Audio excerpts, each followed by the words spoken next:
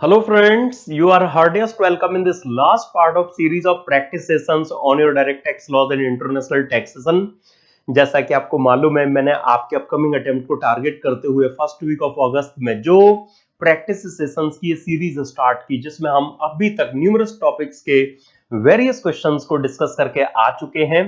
Friends, आपने देखा अभी तक मैंने आपके साथ में TDS, TCS, foreign taxation, transfer pricing, double taxation relief, trust taxation, MAT, AMT, buyback of shares and deemed income and its taxation, alternate tax regime, business trust, alternative investment fund, firm, AOP, BOI, PGBP, ICDS, capital gains, assessment, crosser appeals, revisions authorities and their powers, penalties, prosecution, advance rulings and DRC के अलावा गार को cover किया।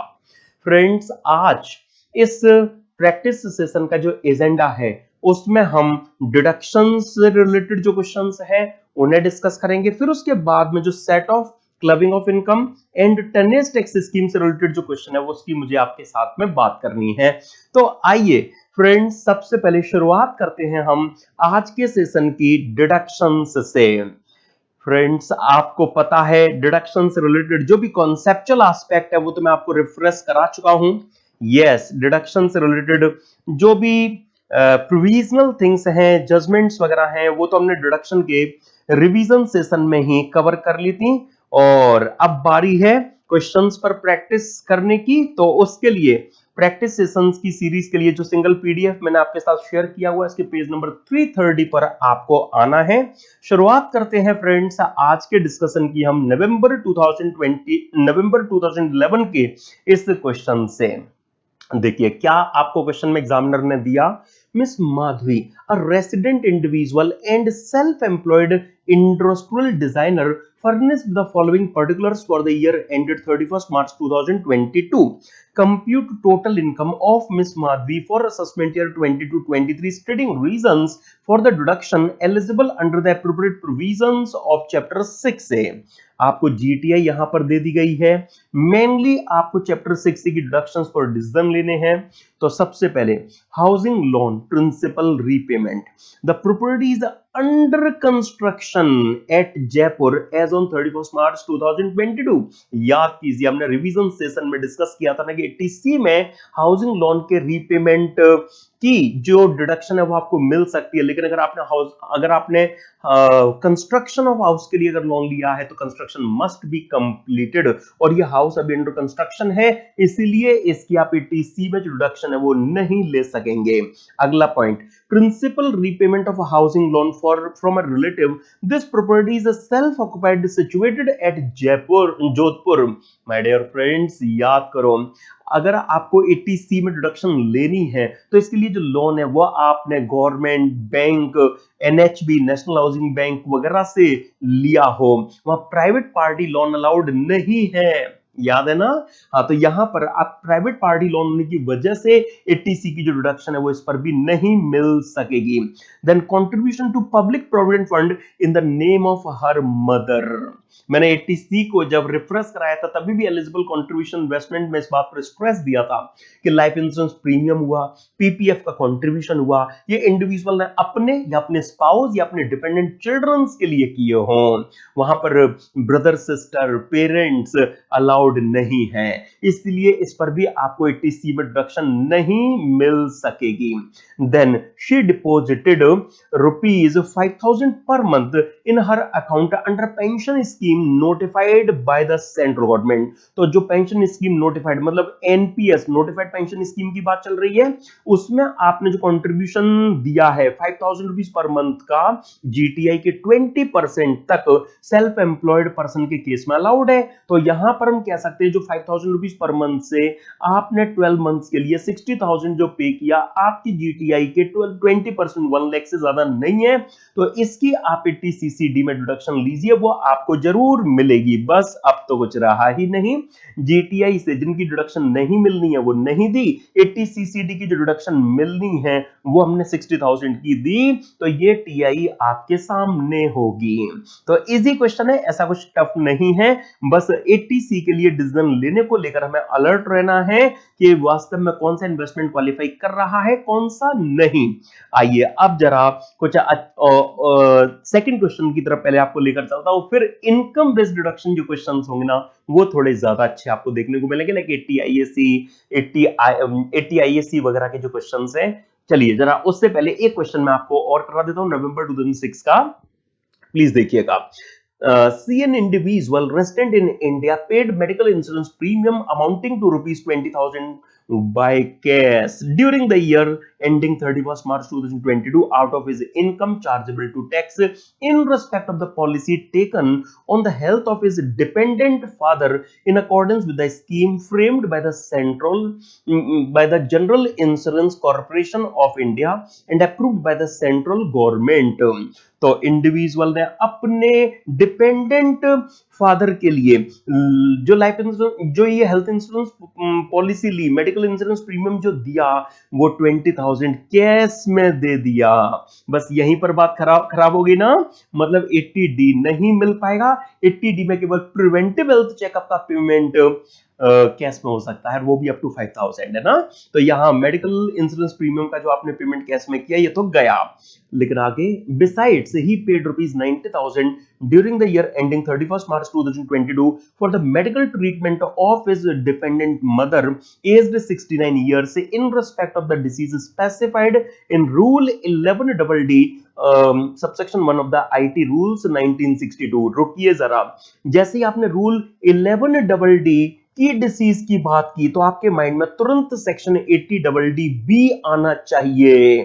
My dear friends, 80DD B के साथ में मैंने आपको रिवीजन सेशन तक में इस रूल के बारे में बताया था कि यहां पर कैंसर, एड्स, हीमोफीलिया, थैलासीमिया जैसी जो मेजर डिसीज है वो कवर्ड है, और यहां जो सीनियर सिटीजन के लिए मेडिकल ट्रीटमेंट के लिए इनकर किए गए एक्सपेंस के रिस्पेक्ट में 1 लाख तक की डिडक्शन है, नॉर्मल केस में 40,000 की। याद आ रही है फ्रेंड्स? तो यहां पर आप देखिए जो, और यहां इंडिविजुअल ने अपने या अपने पर जो डिपेंडेंट डिसेबल्ड रिलेटिव हैं जिनमें पेरेंट्स भी आते हैं, हाँ, उनके लिए जो स्पेसिफाइड डिसीज के मेडिकल ट्रीटमेंट पर जो एक्सपेंस है वो किया हो, तो सर्टेनली यहां सीन है।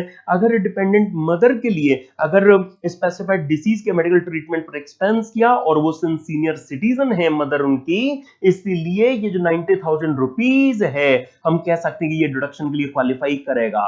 तो 90,000 रुपीज और limit which ever is less, तो हम कह सकते हैं यहां पर 90,000 रुपीज में डिडक्शन के लिए एलिजिबल अभी तक के फैक्ट्स के बेसिस पर अपीयर हो रहा है। लेकिन माय डियर फ्रेंड्स जरा देखिए आगे क्या कह दिया गया है। He received rupees 20,000 from the insurance company for the said medical treatment of his mother। तो अब आपको जो अदरवाइज डिडक्शन की क्वालिफाई कर रहा था उसमें से जो आपको मेडिकल इंश्योरेंस क्लेम मिल गया, यस माय डियर फ्रेंड्स, जो इंश्योरेंस क्लेम मिल गया उस हद तक जो डिडक्शन है वो इग्नोर कर दी जाएगी। तो डिडक्शन के लिए क्वालिफाई कितना करेगा? 70,000 रुपीज। ये मैं बोलूंगा क्वांटम ऑफ डिडक्शन यहां पर एसएससी के लिए अंडर सेक्शन 80DD बी बन जाएगा। Right, my dear friends, बस seek your advice on the deductions if any available in respect of these two payments। तो जो पहला पेमेंट है वो तो कैश पेमेंट होने की वजह से डिडक्शन के लिए क्वालिफाई नहीं कर पाएगा। जो सेकंड पेमेंट है वो 80DD बी में फॉल करेगा, और वहां पर जो अदरवाइज डिडक्शन आपको मिलने वाली थी 90,000 की, जितना इंश्योरेंस क्लेम मिल गया उस हद तक इग्नोर कर दी जाएगी। तो कितनी अलाउ की जाएगी? रिमेनिंग 70,000 रुपीज की। एक छोटा सा क्वेश्चन और देख लीजिए पहले फ्रेंड्स, आइए with brief reasons answer the following in terms of chapter 6 of the IT Act। क्या है situation? Mister Jaju deposited rupees 65,000 with Life Insurance Corporation for the maintenance of his mother who suffers from disability of 90%। she is wholly dependent on him। how much is deductible? Friends याद कीजिए section 80DD के बारे में कि अगर एक individual ने अपने पर डिपेंडेंट डिसेबल्ड रिलेटिव के मेडिकल ट्रीटमेंट पर एक्सपेंस किया, या उनके लिए उनके मेंटेनेंस वगैरह के लिए कोई अमाउंट इंश्योरेंस कंपनी की किसी स्कीम में डिपॉजिट कराया, तो उसके लिए 80DD में जो फ्लैट डिडक्शन है वो गिवन है। नॉर्मल केस में 75,000, और अगर पर्सन विद सिवियर डिसेबिलिटी है आपके डिपेंडेंट डिसेबल्ड रिलेटिव, तो फिर एसएससी को लॉ मेकर्स ने 1,25,000 रुपीस की जो डिडक्शन अलाउ कर दी है। ये एसएससी को लॉ मेकर्स का यहाँ क्लियर कट मैसेज है। तो माय डियर फ्रेंड्स, आप देखिए जो मिस्टर जाजू की मदर हैं वो 90% ऑफ डिसेबिलिटी से सफर कर रही हैं, तो ऐसे केस में जाजू को जो उन्होंने एक्सपेंस इनकर किया है वो इररेलेवेंट है, क्योंकि 80DD में जो फ्लैट डिडक्शन है वो बेसिकली दे दी गई है।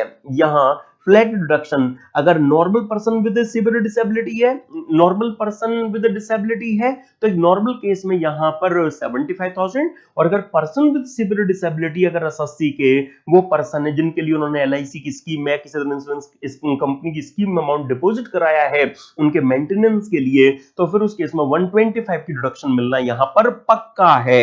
और आप देखेंगे आंसर में आपको यही चीजें डियर फ्रेंड्स देखने को मिलेंगी। तो नॉर्मल केस में 75, लेकिन यहां पर since person with severe disability का केस है इसीलिए इस केस में लिमिट बन जाएगी कितनी, 125 की। तो मिस्टर जाजू को 125 की जो डिडक्शन है वो फ्लैट अवेलेबल होगी irrespective of amount deposited with LIC. आइए फ्रेंड्स, अब इन हल्की फुल्की डिडक्शंस के बाद में 80 आइए जब हम डिस्कस कर रहे थे तब मैंने आपके साथ जो केस स्टडीज वगैरह डिस्कस की थी उन्हीं के सिमिलरली आपको ये जो क्वेश्चन है ये एग्जाम में दिया गया, काइंडली देखिएगा। Friends, X Limited has two units, unit N and Y. Unit N is engaged in the business eligible for deduction under section 80IA and had a profit of rupees 100 lakhs before depreciation in the assessment year 22-23. X Limited claimed depreciation of rupees 120 lakhs against the profit of 100 lakhs from business which was eligible for deduction under section 80IA. पक्की बात हो गई ना कि जो ये unit N है जो डिडक्शन के लिए एलिजिबल है, इनके profit before deduction, profit before depreciation में से जब आप डेप्रिशिएशन की डिडक्शन लेस करेंगे तो 20 लाख रुपीस का जो अनएब्सॉर्ब्ड डेप्रिशिएशन है वो अराइज होगा। Yes. Now, unit Y engaged in non-eligible business and had a profit of rupees 70 lakhs for assessment year 2023. The loss, which is unabsorbed depreciation, actually, the loss that is unabsorbed depreciation of rupees 20 lakhs, that is balance depreciation not set off pertaining to unit N, was set off against the profit of unit Y carrying on non-eligible business by the assessee X Limited. The assessing officer was of the view that depreciation relating to a business eligible for deduction under section 80IA cannot be set off against non-eligible business income. Hence, unabsorbed depreciation should be carried forward to the subsequent year to be set off against eligible business income of the assessee of that year. Give your views on the correctness of the assessing officer. तो friends, आप याद कीजिए section 80 आईए में जो subsection 5 रहा है क्या बोलता है कि डिडक्शन के पर्पस के लिए जब आप प्रॉफिट निकालोगे तो आप उस बिजनेस को only source of income treat करोगे, है ना। तो डिडक्शन के लिए जब एलिजिबल बिजनेस का प्रॉफिट निकालने की बात आएगी तो eligible business only source of income treat किया जाएगा। लेकिन इस केस में मुझे बताओ क्या यहां पर इस असेसमेंट ईयर 22-23 के लिए एलिजिबल बिजनेस से कोई डिडक्शन के लिए प्रॉफिट कंप्यूट करने की बात हो रही है क्या? अरे जब इस साल में एलिजिबल बिजनेस से प्रॉफिट है ही नहीं तो 80 आईए तो इनसिग्निफिकेंट हो गया ना। और जब 80 आईए पिक्चर में आना ही नहीं तो 80 आईए के इस पॉइंट का यहां पर क्या यूज है भाई? अगर 80 आईए की डिडक्शन की बात चल रही होती तो हम 80 आईए के लिए एलिजिबल बिजनेस का प्रॉफिट कंप्यूट करने के टाइम पर इस रूल को लगाते हैं। लेकिन सिंस यहां जो केस है उसमें तो एलिजिबल बिजनेस से इस साल में प्रॉफिट आया ही नहीं, तो जब प्रॉफिट है ही नहीं तो इसलिए 80 आईए तो इनसिग्निफिकेंट हो गया। राइट, यहां क्योंकि यार डिडक्शन मिल ही नहीं, तो जब डिडक्शन मिल ही नहीं तो डिडक्शन के इस पॉइंट का कोई यूज है नहीं, तो फिर जीटीआई तक तो आपको नॉर्मली पहुंचना है। आपको अगर पीजीबीपी एड में एक बिजनेस से अगर अनएब्जॉर्ब डेप्रिसिएशन अराइज हो रहा है, दूसरे बिजनेस से अगर आपको प्रॉफिट आ रहा है, तो डेफिनेटली आप अनएब्जॉर्ब डेप्रिसिएशन को अपने अदर अपने पीजीबीपी हेड में another source of income, another business की इनकम से सेट ऑफ कीजिए। Section 32 subsection 2 unabsorbed depreciation adjustment की जो परमिशन देता है उसके अकॉर्डिंगली आप काम कीजिए। जीटीआई तक तो डिडक्शन का पॉइंट वैसे भी कोई पिक्चर में नहीं आता, जीटीआई तक तो वैसे भी नॉर्मली पहुंचा जाएगा। तो अगर एक बिजनेस में अनएब्जॉर्ब डेप्रिसिएशन है, दूसरे बिजनेस में अगर प्रॉफिट है, तो सर्टेनली इस केस में या आपस में एडजस्ट होंगे ही होंगे। आप याद कीजिए, हमने Swarnagiri wire insulations private limited का कर्नाटक हाईकोर्ट का केस भी तो डिस्कस किया था रिवीजन सेशन में, वहां भी जुडिशरीज ने यही बात कही थी। नो डाउट, ये जो आपका अभी इस असेसमेंट ईयर में अनएब्जॉर्ब डेप्रिसिएशन आया है, आप करेंट ईयर में से एडजस्ट कर लोगे, लेकिन सब्सिक्वेंट ईयर में एलिजिबल बिजनेस से अगर प्रॉफिट आ जाएगा, तो सब्सिक्वेंट ईयर में डिडक्शन के लिए जब प्रॉफिट लेने की बात आएगी, तो यह unabsorb depreciation deemed to be brought forward treat किया जाएगा। उस टाइम पर डिडक्शन के लिए प्रॉफिट को डिस्टर्ब करेगा, लेकिन करेंट ईयर में जो इस अनएब्जॉर्ब डेप्रिसिएशन के नॉर्मल बिजनेस के प्रॉफिट से एडजस्टमेंट की बात है, उसमें कोई बैरियर क्रिएट नहीं कर सकता, वो एडजस्ट होगा ही होगा। तो फ्रेंड्स, यही एग्जैक्ट जो केस स्टडी है उस पर रिवीजन सेशन में भी मैंने काफी स्ट्रेस दिया था, एम्फेसिस अप्लाई किया था। याद कीजिए, इस केस की हम वहां पर ऑलरेडी बात करके आ भी चुके हैं। तो ये जो सिचुएशन अराइज हो रही है इस केस में, हाँ, करेंट ईयर में जो नॉर्मल बिजनेस है उससे आपको जो 70 लाख का प्रॉफिट है, उससे 20 लाख के डेप्रिसिएशन के एडजस्टमेंट के बाद में 50 लाख का ही प्रॉफिट टैक्स के लिए चार्जेबल होगा। अब आपने अनएब्जॉर्ब डेप्रिसिएशन सेट ऑफ कर भी लिया, लेकिन सब्सिक्वेंट ईयर में असेसमेंट ईयर 23-24 ऑनवर्ड्स जब भी 80 आईए के लिए एलिजिबल प्रॉफिट निकालने की बात होगी, तब उस टाइम पर ये unabsorb depreciation deemed to be brought forward treat किया जाएगा, वो पहले डिडक्ट किया जाएगा, उसके बाद में ही बैलेंस अमाउंट को एलिजिबल प्रॉफिट डिडक्शन के लिए ट्रीट किया जाएगा। लेकिन वो बात की बात है, अपकमिंग ईयर्स की बात है, करेंट ईयर के लिए 80 आईए एप्लीकेबल नहीं हो रहा, इसलिए एओ का जो एक्शन है वो यहां पर करेक्ट नहीं कहलाएगा। राइट माय डियर फ्रेंड्स, तो ये पूरी case study time scale diagram पर हमने एक सिचुएशन बनाकर डिस्कस भी की थी। और आइए अगले क्वेश्चन का रुख कर ले, बहुत ही इजी है। Gurdev Engineers Private Limited is running an undertaking whose profits are eligible for deduction under Section 80I of the IAT Act during the year ended 31st March 2022. The undertaking was engaged in the eligible business referred to in Section 80IA, which, however, consisted solely for executing works contract awarded by the state government. Is the assessee eligible to claim deduction to Section 80IA in respect of the profit derived from this undertaking? Then answer is no. याद कीजिए, 80IA actual developer के लिए, work contractor के लिए नहीं। हमने 80IA में एक एक्सप्लेनेशन भी डिस्कस की थी कि जहां कोई पर्सन अगर एज वर्क कॉन्ट्रैक्ट अगर उस एक्टिविटी को अंजाम देगा, तो वो वर्क कॉन्ट्रैक्ट में किसी ने भी अवार्ड किया हो, हमारे एसएससी जो एज वर्क कॉन्ट्रैक्ट उस वर्क को एग्जीक्यूट करेंगे, वो 80IA की डिडक्शन के लिए एलिजिबल नहीं कहलाएंगे, इसलिए यहां एसएससी को 80IA की डिडक्शन नहीं मिलेगी। ये रूल हमने 80IA बीए में भी रेफरेंस किया था। माय डियर फ्रेंड्स, आइए एक अच्छी केस स्टडी जो 80IAC पर बेस्ड आपको दी गई थी मई 2018 में, मैं उस क्वेश्चन पर आपको अब ले आया। Denim Limited was incorporated on 1st April 2021 to carry on the business of innovation and development of new processes. It holds a certificate of eligible business from the notified Interministerial Board of Certification. Its total turnover and profits and gains from such business for the previous year 21-22 and expected turnover and profits and gains in the following years are as follows. तो denim limited आप देखिए यहां 1 अप्रैल 2016 से 31 March 2022 के बीच में incorporate भी हुई हैं, एलिजिबल बिजनेस कैरी ऑन कर रही हैं, नोटिफाइड आईबीएमसी ने उनको सर्टिफिकेट भी दिया है, वो innovation and development of new process की एक्टिविटी में एंगेज्ड हैं, तो मैं कह सकता हूं कि ये एलिजिबल स्टार्टअप के लिए क्वालिफाई कर रही हैं, क्योंकि आप देखेंगे इनकी टर्नओवर भी आपको 100 करोड़ से ज्यादा नजर नहीं आएगी। तो क्या इनके पर्टिकुलर्स दिए गए? Current year, previous year 2022 onward certain years के जो प्रॉफिट एंड टर्नओवर की डिटेल्स हमें यहां पर टर्नओवर की डिटेल्स हमें यहां पर गिवन है। Is Denim Limited eligible for any benefit under the provisions of Income Tax Act? Yes. What is the benefit available? Eligible startup के लिए हम कहेंगे सेक्शन 80 IAC का बेनिफिट अवेलेबल है। आप इनकॉर्पोरेशन वाले ईयर से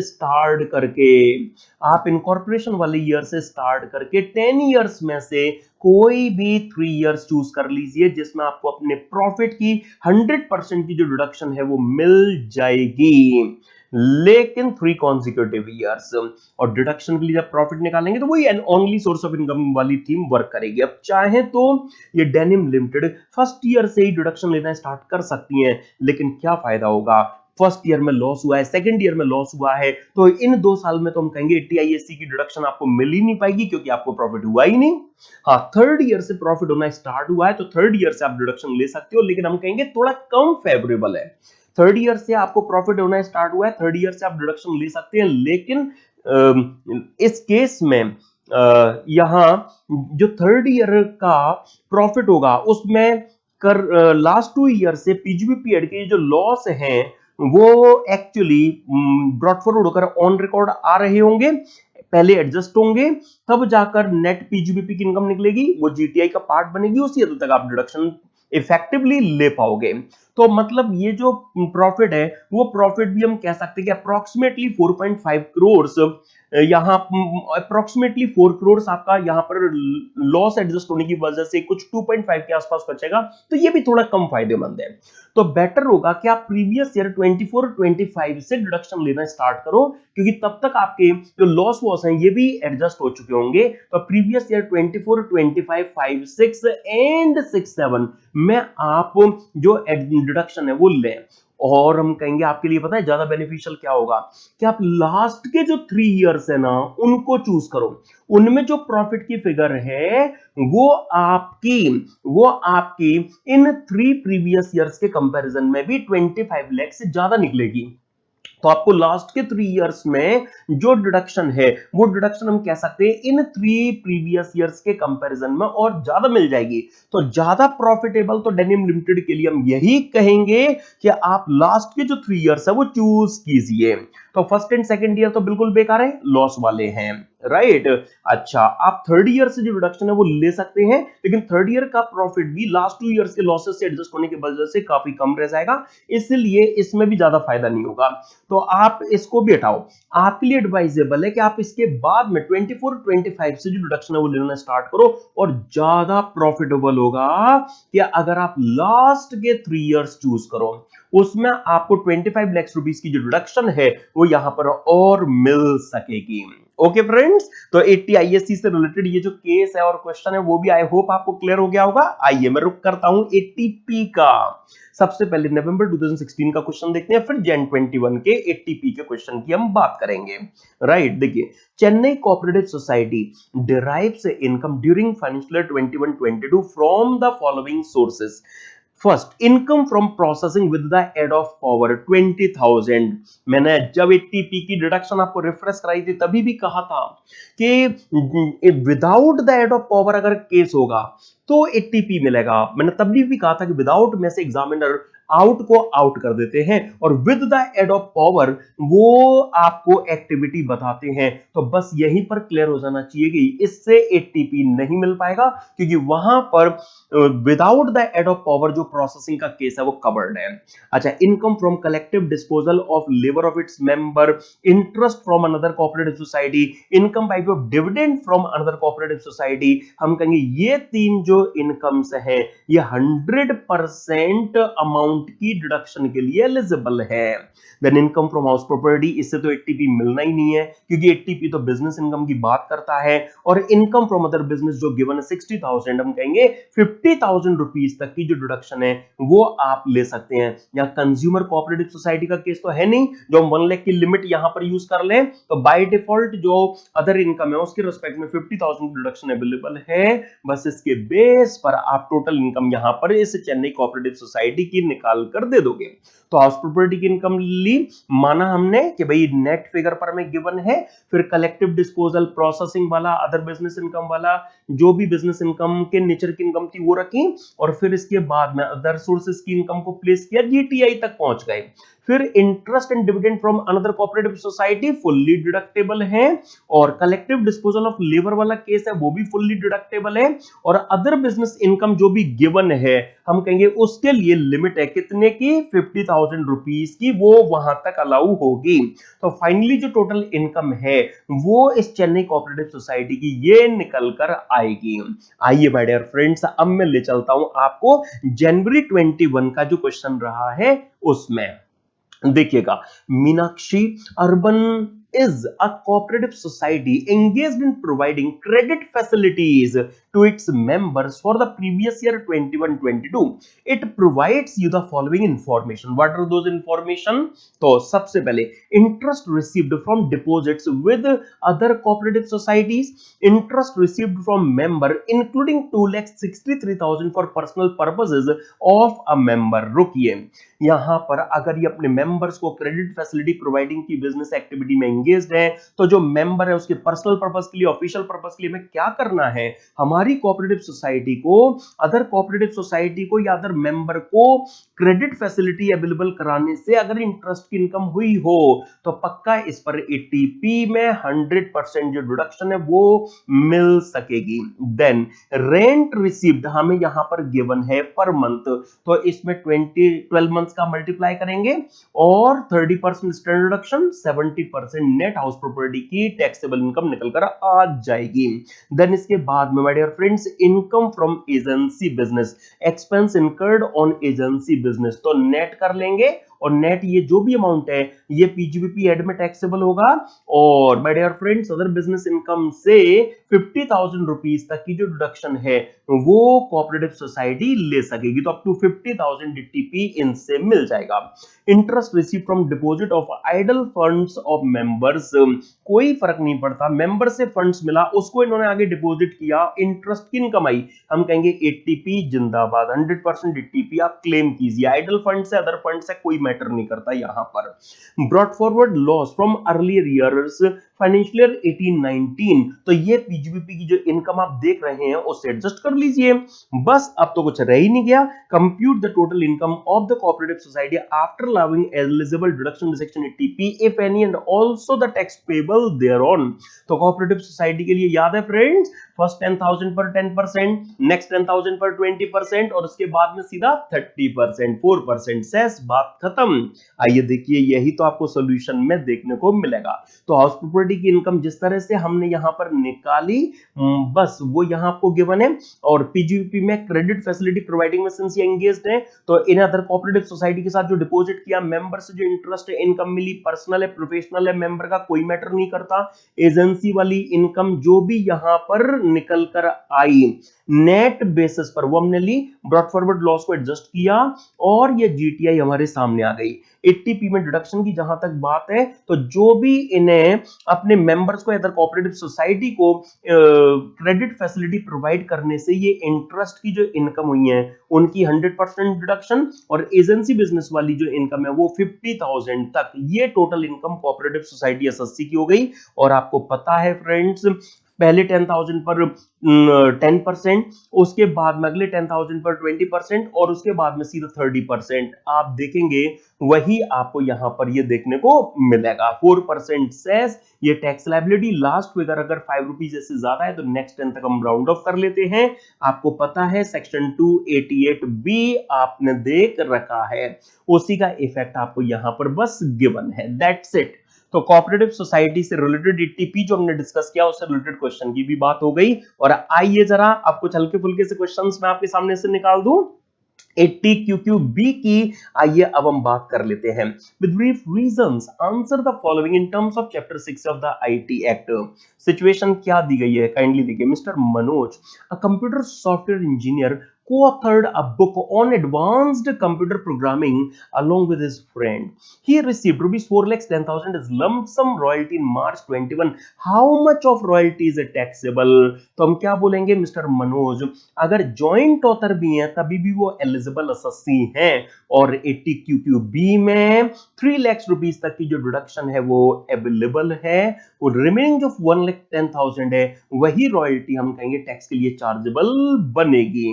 फ्रेंड्स, जो ऑथर की गई बुक है वो लिटरेरी, साइंटिफिक या आर्टिस्टिक नेचर का वर्क होना चाहिए। लिटरेरी को एजुकेशन से भी कनेक्ट किया जाएगा, लिटरेसी दैट इज एजुकेशन से भी कनेक्ट किया जाएगा। जुडिशरीज ने इस तरह की बातें कर रखी हैं, जैसे दासोल्ट सिस्टम की केस में authorised authority for advance ruling ने ये बात कही कि डेफिनेटली इस तरह का जो भी पब्लिकेशन है, मतलब बुक है, वो वर्क ऑफ लिटरेरी एंड और साइंटिफिक नेचर कहलाएगी। 80 क्यूक्यूबी के लिए डिडक्शन के लिए यहां पर एलिजिबल ये केस बन जाएगा, 110 टैक्स के लिए चार्जेबल कहलाएगा।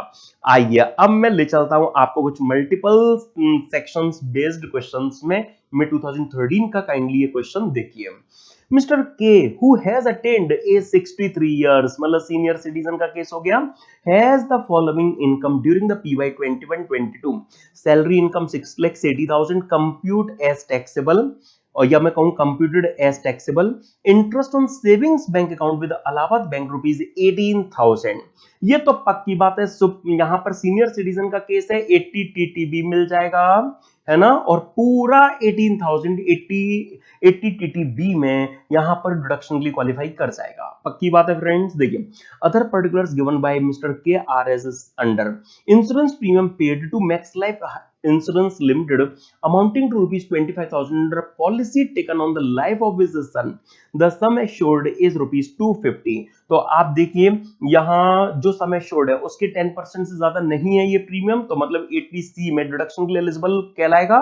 हाँ, इसके बाद में insurance premium paid to life insurance corporation of India amounting to rupees 22,000 under a policy taken on his life and the sum assured is 2 lakh. तो अब यहां पर 2 लाख का 10% दैट इज 20,000 अलाउ होगा, तो मतलब यहां आपने 22,000 जो पे कर दिया, हम कहेंगे 20,000 ही 80C के लिए क्वालिफाई कर पाएगा।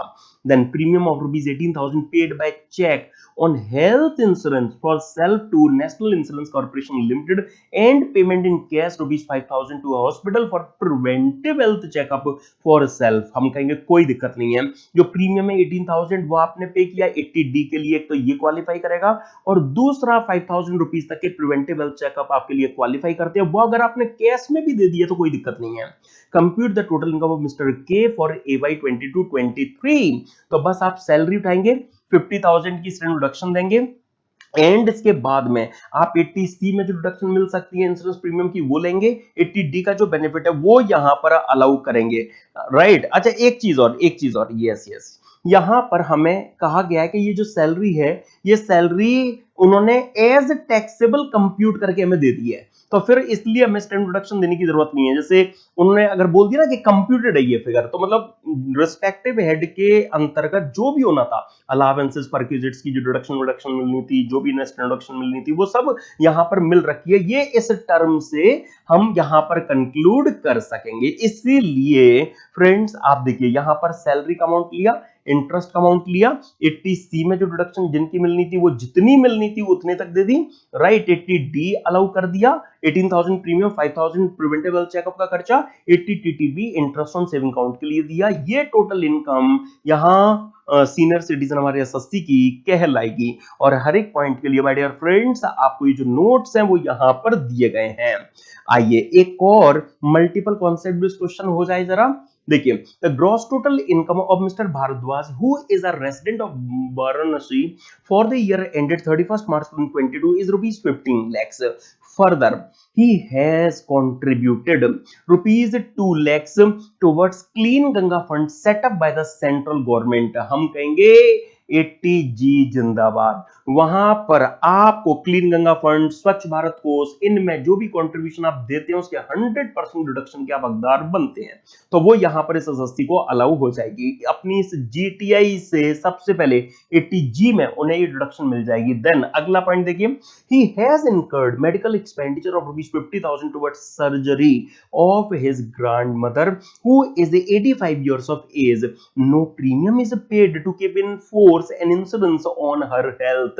तो हम कहेंगे कोई दिक्कत ही नहीं है। 80D में अगर इंडिविजुअल ने अपनी फैमिली, अपने अपने पेरेंट्स के लिए या एक्चुअली अपने अपने मेंबर के लिए अगर मेडिकल एक्सपेंडिचर भी किए तो अप टू 50,000 वो अलाउड हैं, प्रोवाइडेड कि जिन पर वो मेडिकल एक्सपेंडिचर किए गए वो सीनियर सिटीजन होने चाहिए और उनके हेल्थ पर कोई हेल्थ इंश्योरेंस पॉलिसी ना चल रही हो, ओके, ना ली गई हो। तो इसलिए 80D यहां पर मिल जाएगा पूरे 50,000 का। Now he has donated ₹2 lakhs in check and ₹50,000 in cash to a political party during its annual conference of which he is a member. तो हम कहेंगे जो चेक से आपने दिया है, जो चेक से आपने दिया है उस पर तो 80GGC, क्योंकि इंडिविजुअल है ना, तो चेक से जो आपने पॉलिटिकल पार्टी को दिया है उसके लिए तो आपको 80GGC मिल जाएगा, लेकिन जो कैश में इलेक्टोरल ट्रस्ट को दिया गया है वो बेकार चला जाएगा, उस पर 80GGC नहीं मिल पाएगा क्योंकि 2000 रुपीज, क्योंकि पॉलिटिकल पार्टी इलेक्टोरल ट्रस्ट को तो आप 100 रुपीज भी दोगे तो आपको जो अदर देन कैश पेमेंट है वो करना जरूरी है। इसी तरह से फ्रेंड्स आगे देखिए जरा, repayment of housing loan instalment of ₹1 lakh during the financial year to his employer XYZ private limited. अरे अगर आपने एम्प्लॉयर से हाउसिंग लोन अगर लिया है तो वो एम्प्लॉयर पब्लिक सेक्टर कंपनी, कोई अदर पब्लिक कंपनी या लोकल अथॉरिटी जैसी बॉडी होना जरूरी है, या प्राइवेट कंपनी से अगर आपने लोन लिया। ये सारी बातें रिवीजन सेशन में मैंने आपको रिफ्रेश कराई थी जब 80C में आपको रिवाइज करा रहा था, तो यहां पर हम कहेंगे 80C नहीं मिल पाएगा क्योंकि ये प्राइवेट पार्टी लोन है। Discuss the liable deduction to mister Bhardwaj from the above information. तो हर एक इंफॉर्मेशन के लिए जो भी डिस्कशन या रिक्वायर्ड और नीडेड था, माय डियर फ्रेंड्स, जो भी हमने किया वो आपको यहां पर बस गिवन है। तो किसकी डिडक्शन यहां पर मिलेगी और किसकी डिडक्शन यहां पर नहीं मिलेगी वो सारी चीजें हमने यहां पर डिस्कस कर ली हैं, राइट माय डियर फ्रेंड्स। एक मिनट प्लीज, एक मिनट, यस यस, एक जगह मुझे थोड़ा करेक्शन कराने की जरूरत है और वो है माय डियर फ्रेंड्स ये वाला मूवमेंट, हाँ ये वाला मूवमेंट, यस। 80D में डिडक्शन के लिए क्या जरूरी है कि या तो फैमिली में कौन है वहां, इंडिविजुअल, उनके स्पाउस और उनके जो सन है, मतलब उनके जो चिल्ड्रन हैं। तो फैमिली के लिए याद है 80D में हमने एग्जॉस्टिव सेंस में मीनिंग देखा था, इंडिविजुअल, स्पाउस और उनके चिल्ड्रन, ठीक है। और उसके अलावा वो जो पेरेंट्स हैं उनके लिए अमाउंट स्पेंड करना तो चलेगा। यहां पर अगर ये मदर होती तो उन्हें डिडक्शन मिल जाती, लेकिन इन्होंने किन पर खर्चा कर दिया, ग्रैंड मदर पर। बस यहीं पर बात खराब हो गई, उन्होंने ग्रैंड मदर की सर्जरी पर एक्सपेंस कर दिया। ग्रैंड मदर की सर्जरी पर एक्सपेंस करने की वजह से उन्हें 80D से हाथ धोना पड़ जाएगा, 80D उन्हें नहीं मिल पाएगा। तो ये वाली बात यहां पर कंसीडरेशन में लेने की ये सख्त जरूरत थी। तो एक फ्लो में हमने वो डिस्कशन किया अलावेंस का, लेकिन नहीं, हाँ अगर यहां पर केवल मदर का केस होता तो डिडक्शन मिलती, यहां पर ग्रैंड मदर पर उन्होंने एक्सपेंस किया इसलिए डिडक्शन नहीं मिल पाएगी, क्योंकि 80D में डिडक्शन के लिए केवल इंडिविजुअल अपने अपने स्पाउस, अपने चिल्ड्रंस के लिए, अपने पेरेंट्स के लिए अगर स्पेंड करेगा अमाउंट तो डिडक्शन वो ले पाएगा। चिल्ड्रन भी डिपेंडेंट होना वहां 80D में जरूरी है। तो इसीलिए फ्रेंड्स यहां पर जो क्लीन गंगा फंड वाला डोनेशन था, कंट्रीब्यूशन था, उस पर 80G में जो डिडक्शन है वो लायबल है। मेडिकल एक्सपेंडिचर वाला केस 80G में क्वालिफाई नहीं कर पाएगा क्योंकि जो ग्रैंड मदर का केस है वो 80D में नहीं आता। पॉलिटिकल पार्टी को जो आपने चेक से पे किया है उसकी डिडक्शन मिल जाएगी, लेकिन कैश वाले के लिए डिडक्शन नहीं मिल पाएगी। Housing loan private party loan है, इसीलिए ये इसकी जो डिडक्शन है वो एसएससी को अलाउ नहीं हो सकेगी। ओके, रीजन के साथ आपको बात क्लियर होनी चाहिए। आइए एक कॉन्सेप्चुअल सा जो क्वेश्चन आपको दिया गया नवंबर 2009 में, मैं वो भी आपके सामने रख देता हूं। Examine the correctness of the statement that there exists no difference in treatment of income claimed under section 10 with those claimed under chapter 6 of the income tax act। क्या यहां पर कोई डिफरेंस नहीं है? ऑफ कोर्स डिफरेंस है। जो section 10 की income होती है उस इनकम को तो हम आउटर कॉलम में लाते ही नहीं। सेक्शन 10 की जो इनकम है उसे तो हम जीटीआई का पार्ट बनाते ही नहीं। सेक्शन 10 की इनकम तो आउटर कॉलम में माय डियर फ्रेंड्स आती ही नहीं है। लेकिन जो चैप्टर 6 में जिसकी डिडक्शन आपको मिलनी है उसको हम आउटर कॉलम में लाते हैं, जीटीआई का पार्ट बनाते हैं और फिर उससे जो चैप्टर 6 की डिडक्शन है वो अलाउ करते हैं। तो ये एक बेसिक डिफरेंस है। इसके अलावा मैं अलग से ये बात आपके सामने रख रहा हूं कि सेक्शन 10 में जिस सोर्स की इनकम एग्जेम्प्ट है उस सोर्स से अगर लॉस अराइज हो जाए तो वो डेड लॉस कहलाता है। लेकिन चैप्टर 6 में जिसकी इनकम डिडक्टेबल होती है अगर उससे लॉस हुआ हो तो वो अदर इनकम से एडजस्ट होता है। जीटीआई में वो अदर इनकम से एडजस्ट और सेट ऑफ करने के बाद में जीटीआई को निकाल कर लाया जाता है। ये बात एक अलग से हमने यहां डिस्कस की। तो ये जो स्टेटमेंट आप कह रहे हो कोई फर्क ही नहीं है, ये इनकरेक्ट है, क्योंकि सेक्शन 10 की जो इनकम है वो जीटीआई से एक्सक्लूडेड ही रहती है, आउटर कॉलम में आती नहीं। लेकिन जो चैप्टर 6 की डिडक्शन है उसको हम पहले जीटीआई का पार्ट बनाते हैं, उसके बाद में वो डिडक्शन उससे ली जाती है। राइट, तो जो क्रक्स है वो ये है यहां पर, और एक फर्क मैंने एडिशनली आपके साथ में शेयर कर लिया। याद है आपको चैप्टर 6 की डिडक्शंस के बाद में हमने सेक्शन 10AA भी रिवाइज किया था। तो आइए जरा सेक्शन 10AA से रिलेटेड भी जो अच्छे अच्छे क्वेश्चंस हैं उनकी मैं आपको प्रैक्टिस करा देता हूं। तो उसमें शुरुआत करते हैं नवंबर 2012 के क्वेश्चन से। देखिएगा जरा, ABC LLP, a limited liability partnership in India, is engaged in development of software and providing IT-enabled services through 2 units, one of which is located in a notified special economic zone in Chennai. The particulars of the previous year 21-22 furnished by the CCR as follows. जो total turnover SEZ वाली unit की है वो ये है, other unit की ये रही। एक्सपोर्ट टर्नओवर SEZ वाली बिजनेस में इतनी आई और अदर बिजनेस में इतनी आई। प्रॉफिट SEZ वाली यूनिट का ये, अदर यूनिट का ये। The assessee has no other income during the year. Compute tax payable by ABC LLP फॉर द AY 22-23। रुकिए जरा, अब यहां पर हमें ABC LLP का टैक्स निकालना है। तो सबसे पहले तो आप ये देखो, अगर इनका SEZ वाला बिजनेस है तो इस केस में SEZ वाले बिजनेस में जो प्रॉफिट यहां निकल कर आया है into ET divided by TT, तो ये आ जाएगी 10AA की डिडक्शन।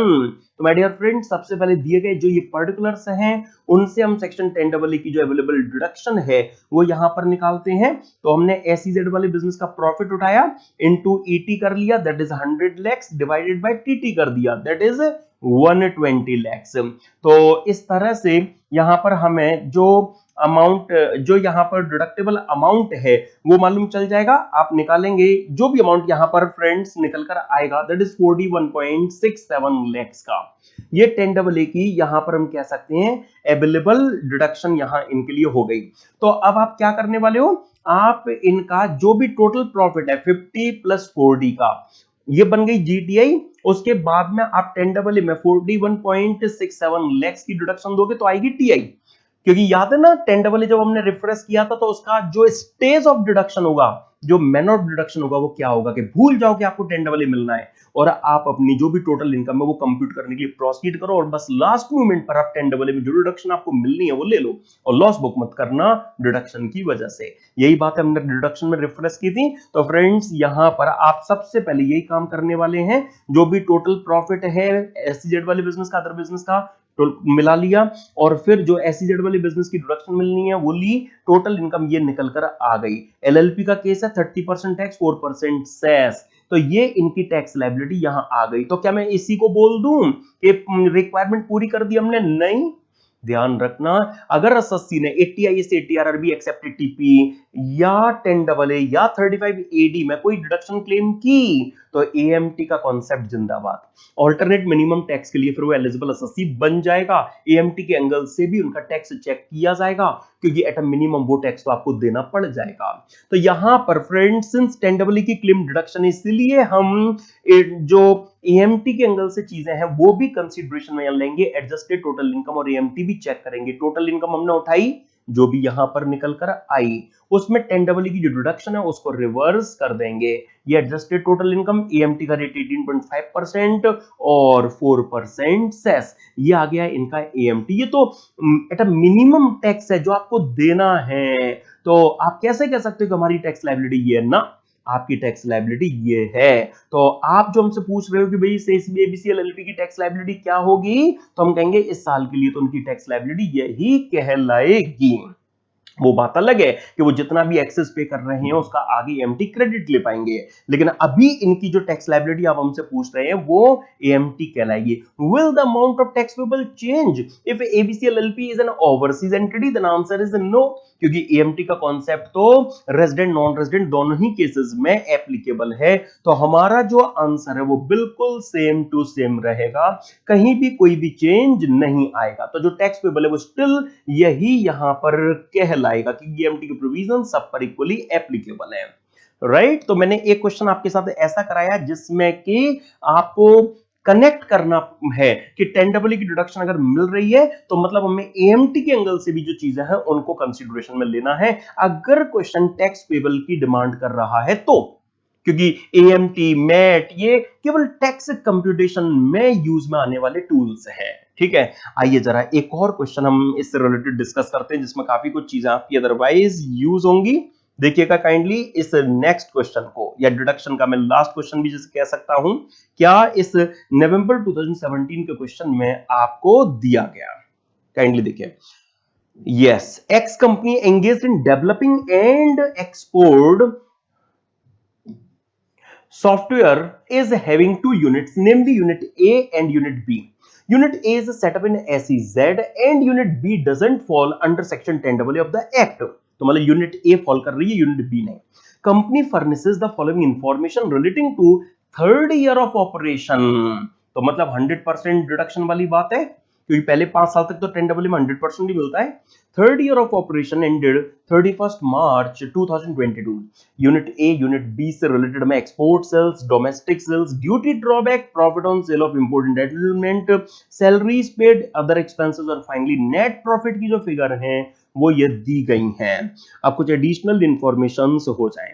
सबसे पहले यूनिट ए से रिलेटेड देखिए, unit A expenses of ₹12 lakhs are disallowable under section 43B and sale proceeds in convertible foreign exchange received in India amounted to ₹520 lakhs. Export sales of ₹600 lakhs include freight of ₹100 lakhs and realization of ₹520 lakhs includes amount of insurance and freight charges ₹70 lakhs. Okay, तो यहां per unit A से related हमें ये जो particulars है वो यहां पर दे दिए गए हैं कि जो भी आप अब एक्सपेंसेस है उन एक्सपेंसेस में 12 lakhs रुपीस 43B में डिसअलाइवेबल है। इसके अलावा जो इनका एक्सपोर्ट सेल्स है 600 lakhs का, उसमें बेसिकली जो इंश्योरेंस एंड फ्रेट का अमाउंट है वो इतना इंक्लूडेड है, जितना उन्होंने रिसीव किया है उसमें इतना इंक्लूडेड है। ओके, और यूनिट बी के लिए देखना, realisation of export sales in convertible foreign exchange received is was of ₹690 lakhs, expenses charged and are to be disallowed as per section 43 of the act are of ₹60 lakhs.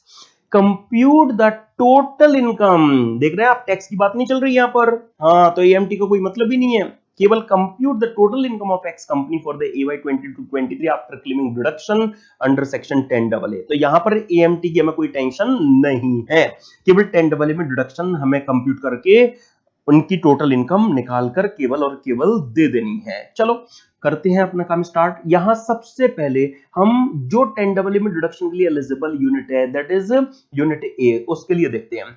यहां हम कह सकते हैं 12 lakhs का जो भी इनका डिसअलाइबल एक्सपेंस है वो डिसअलाउ कर देते हैं पहले।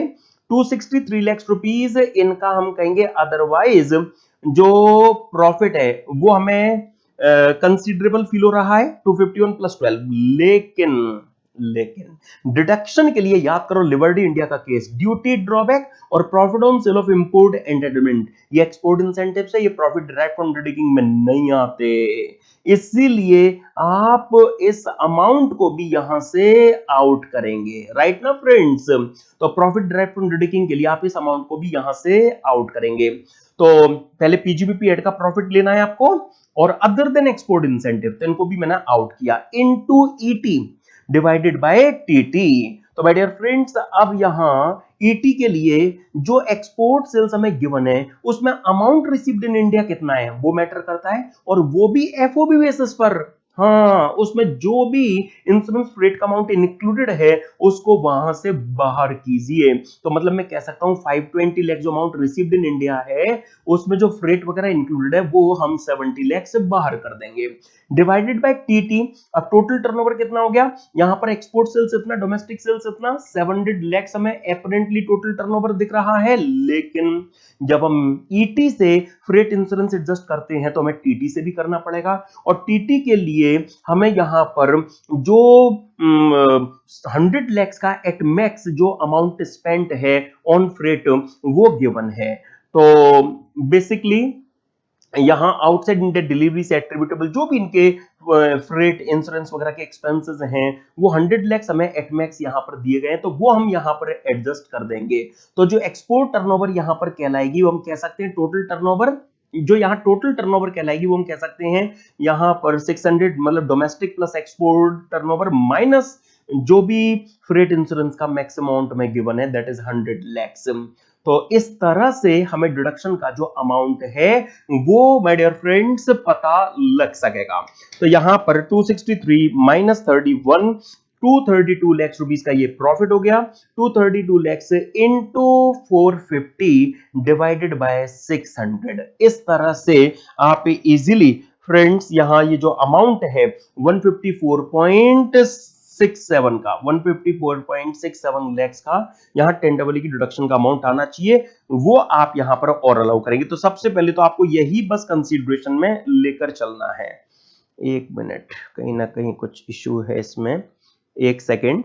तो फ्रेंड्स जो डिडक्शन के लिए हमें प्रॉफिट लेना है 251 का, हमें जो नेट प्रॉफिट दिया गया 12 हमने डिसअलाउ किया, 263 लाख आया, और ये जो अमाउंट हमें एक्सपोर्ट इंसेंटिव का वो बाहर करना है, 232 लाख यहां पर एलिजिबल प्रॉफिट बना, 232 लाख यहां पर एलिजिबल प्रॉफिट बना, वही हमने लिया into ET divided by TT. तो सबसे पहले ईटी की बात करें तो उन्होंने ये अमाउंट रिसीव किया है, इतना फ्रेट का पोर्शन है, इसको हटाओ, ये बन गया है ईटी। टीटी के लिए क्या करेंगे, domestic turnover, export turnover, domestic turnover minus total insurance freight वगैरह।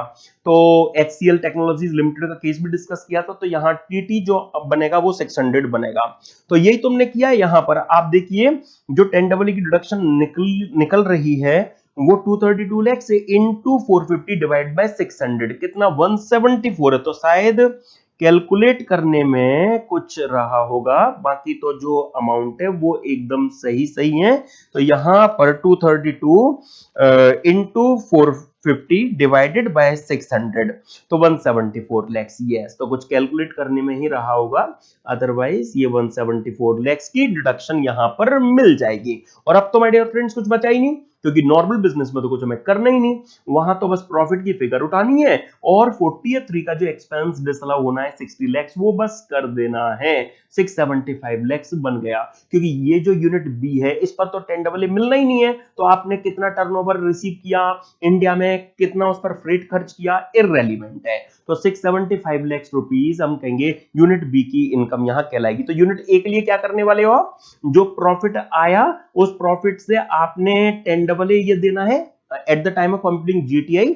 ये प्रॉफिट उठाओगे 10 का, ये प्रॉफिट उठाओगे 10 वाले बिजनेस का, ये नॉन एलिजिबल बिजनेस का, और जीटीआई के बाद में टीआई निकालने के टाइम पर ये डिडक्शन देकर आओगे, फाइनल टीआई आपके सामने होगी। यस माय डियर फ्रेंड्स, देखिए यहां और कुछ टेक्निकल है ही नहीं, काइंडली देखिए। तो 675 लाख से इजीली नॉर्मल बिजनेस की जो इनकम है वो यहां पर ये निकल कर और आ गई। तो आई होप ये जो क्वेश्चन है इसमें आपने लिबर्टी इंडिया का केस, एचसीएल टेक्नोलॉजीज लिमिटेड का केस, वो सब यहां पर आपने यूज कर लिए हैं। तो डिडक्शन से रिलेटेड काफी कुछ जो क्वेश्चंस हैं उनकी हमने प्रैक्टिस कर ली है। ये केस लो मैंने ऑलरेडी लास्ट क्लास में फ्रेंड्स जब हम 10 को रिफ्रेश कर रहे थे तभी आपके साथ डिस्कस कर भी रखा है, आपको याद होगा एचसीएल टेक्नोलॉजीज लिमिटेड वाला। चलिए, तो डिडक्शंस पर क्वेश्चंस की प्रैक्टिस कर लेने के बाद में अब मैं आपको लेकर चलता हूं सेट ऑफ चैप्टर में। यस माय डियर फ्रेंड्स, तो सेट ऑफ चैप्टर से रिलेटेड जो क्वेश्चंस हैं उनकी आइए अब हम प्रैक्टिस करते हैं। जो प्रोविजनल थिंग्स हैं वो तो मैं ऑलरेडी आपको रिफ्रेश करा ही चुका हूं सेट ऑफ चैप्टर से रिलेटेड, लेकिन अब बारी है एप्लीकेशन पार्ट को क्लियर करने की। तो एक एग्जामिनर का जो फेवरेट क्वेश्चन है वो मैं आपके सामने पहले रखता हूं। समय Impex Limited was amalgamated with Delhi Impex Limited on 1st April 2021. All the conditions of Section 72A are complied with.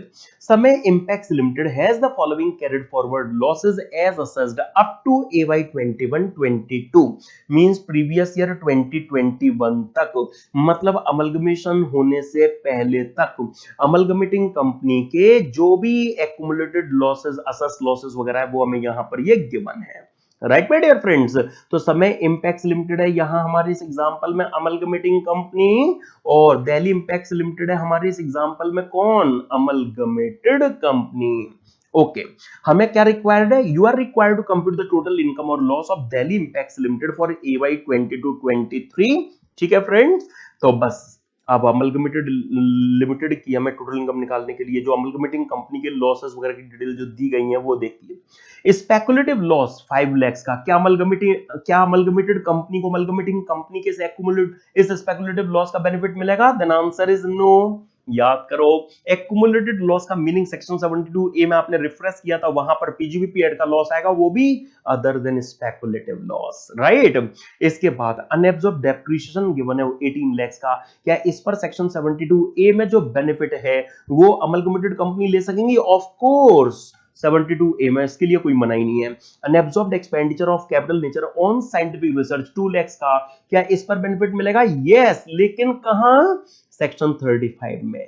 Yes my dear friends, याद कीजिए पीजीबीपी में हमने जब सेक्शन 35 रिफ्रेश किया था तो वहां ये डिस्कस किया था ना कि अमलगमेशन के केस में जो भी unabsorbed capital expenditure on scientific research होगा उसका बेनिफिट अमलगमेटेड कंपनी को मिलेगा। सेक्शन 35 में केवल अमलगमेशन को प्रमोट किया गया है, तो उसको कनेक्ट आपको यहां से करना है।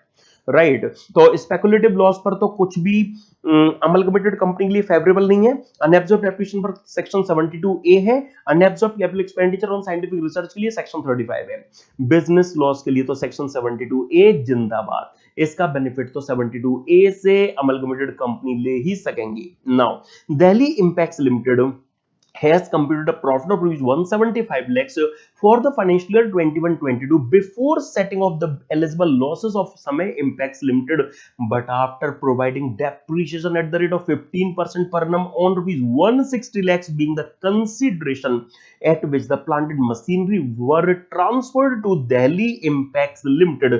ये क्या कर दिया इन्होंने?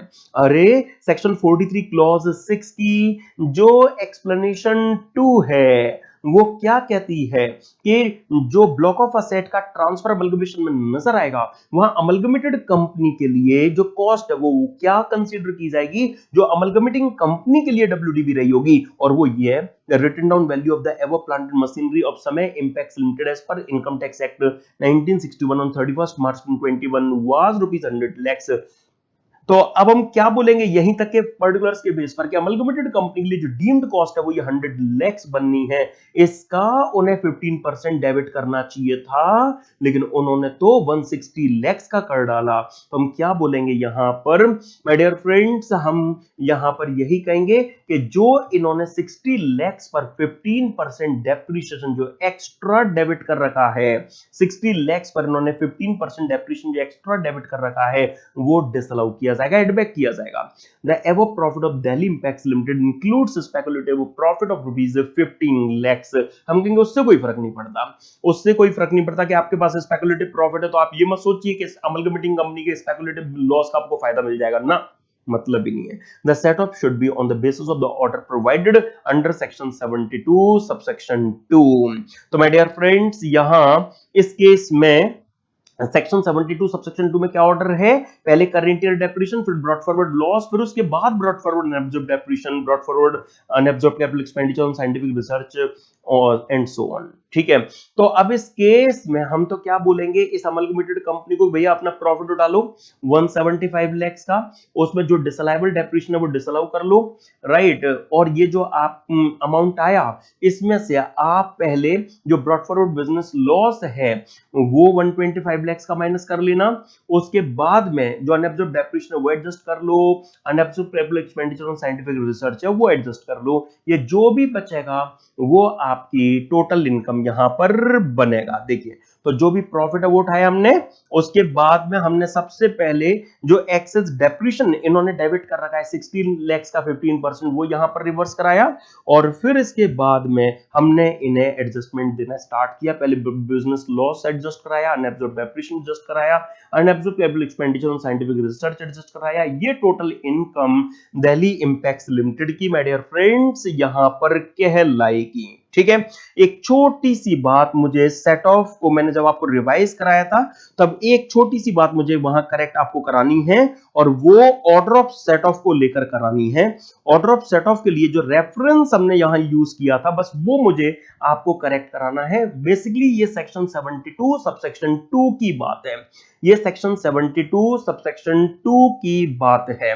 तो जो सबसेक्शन 2A बाय मिस्टेक हमने वहां पर यूज कर लिया था that is section 72 subsection 2। Okay, तो जो हमने ऑर्डर ऑफ सेट ऑफ की बात की थी रिवीजन के टाइम पर ढेर सारी चीजें जो रिवाइज की थी, तो जो ऑर्डर ऑफ सेट ऑफ है वो सेक्शन 72 सबसेक्शन 2 में बेयर एक्ट में बेसिकली गिवन है। ठीक है, तो बस एक छोटा सा पॉइंट आपको ये इनकॉर्पोरेट करना था। मैं बस चाहता हूं कि कहीं पर भी सुई की नोक के बराबर भी कोई कंफ्यूजन या मिसकंसेप्शन ना बन जाए, इसके लिए मैंने वो चीज यहां पर बस ऐड की, राइट। तो एक अच्छा क्वेश्चन था जो हमने यहां पर कवर किया, जिसमें सेक्शन 72A की एप्लीकेबिलिटी नॉन एप्लीकेबिलिटी सभी एंगल से चीजें आपको देखने को मिली, सेक्शन 35 की लिंकेज भी आपने देख ली, एंड पीजीबीपी के एक दो पॉइंट भी आपको यहां पर यूज में आए। आइए अब मैं आपको लेकर चलता हूं जो हमने सेक्शन 73A में स्पेकुलेशन लॉस को लेकर ढेर सारी चीजें रिफ्रेश की थी उससे रिलेटेड में 2018 के क्वेश्चन पर। काइंडली देखिए क्या इस क्वेश्चन में आपको दिया गया, सूरत limited engaged in the business of textiles also affected the sales and purchases of shares of other companies। मतलब इनका बिजनेस तो मेन टेक्सटाइल मैन्युफैक्चरिंग का है, लेकिन इसके अलावा ये भी करती हैं क्या, sale and purchase of shares of other companies. It suffered loss from such transactions whether such company can set off its losses from share trading from the profit of textile business, then answer is no. इस हद तक इनका business speculation business कहलाएगा, और इस activity से इनको जो लॉस आएगा वो स्पेकुलेटिव लॉस बन जाएगा। वो अपने नॉर्मल बिजनेस के प्रॉफिट से सेट ऑफ नहीं कर सकेंगी। याद है फ्रेंड, सेक्शन 73 की जो एक्सप्लेनेशन है वो बेसिकली यही कहती है। तो जो पहली सिचुएशन है उसमें हम कहेंगे कि जो स्पेकुलेटिव बिजनेस वाला ये जो लॉस है ये आप अपने नॉर्मल बिजनेस की इनकम से सेट ऑफ नहीं कर सकेंगे। इफ, अब देखो सिचुएशन चेंज की जा रही है, यहां पर क्या बनाई जा रही है, if principal business of such companies is sale and purchase of shares of other company, then what would be your answer. अब हमारा आंसर चेंज हो जाएगा, क्यों, क्योंकि उसी सेक्शन 73 की एक्सप्लेनेशन में, उसी सेक्शन 73 की एक्सप्लेनेशन में ये कहा गया है कि अगर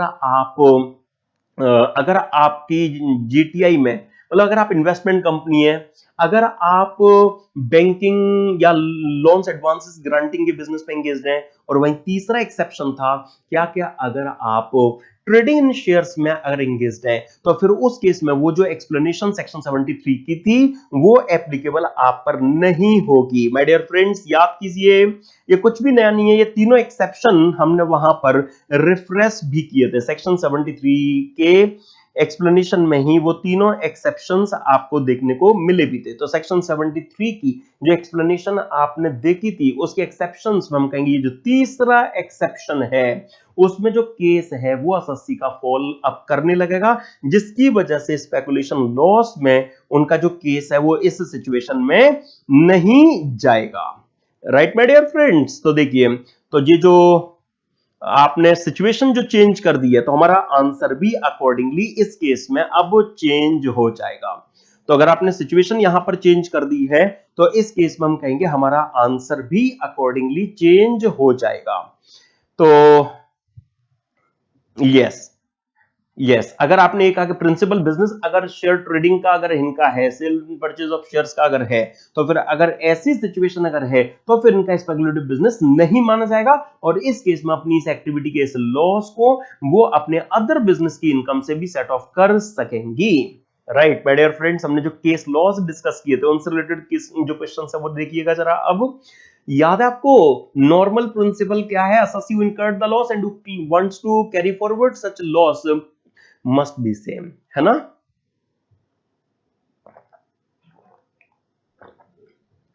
आइए इससे रिलेटेड जो क्वेश्चन है वो अब मैं आपके सामने रखना स्टार्ट करता हूं। सबसे पहले काम करते हैं, सबसे पहले जो एग्जामिनर का ज्यादा फेवरेट क्वेश्चन है इस रिलेशन में मैं वो आपके सामने प्रेजेंट कर रहा हूं।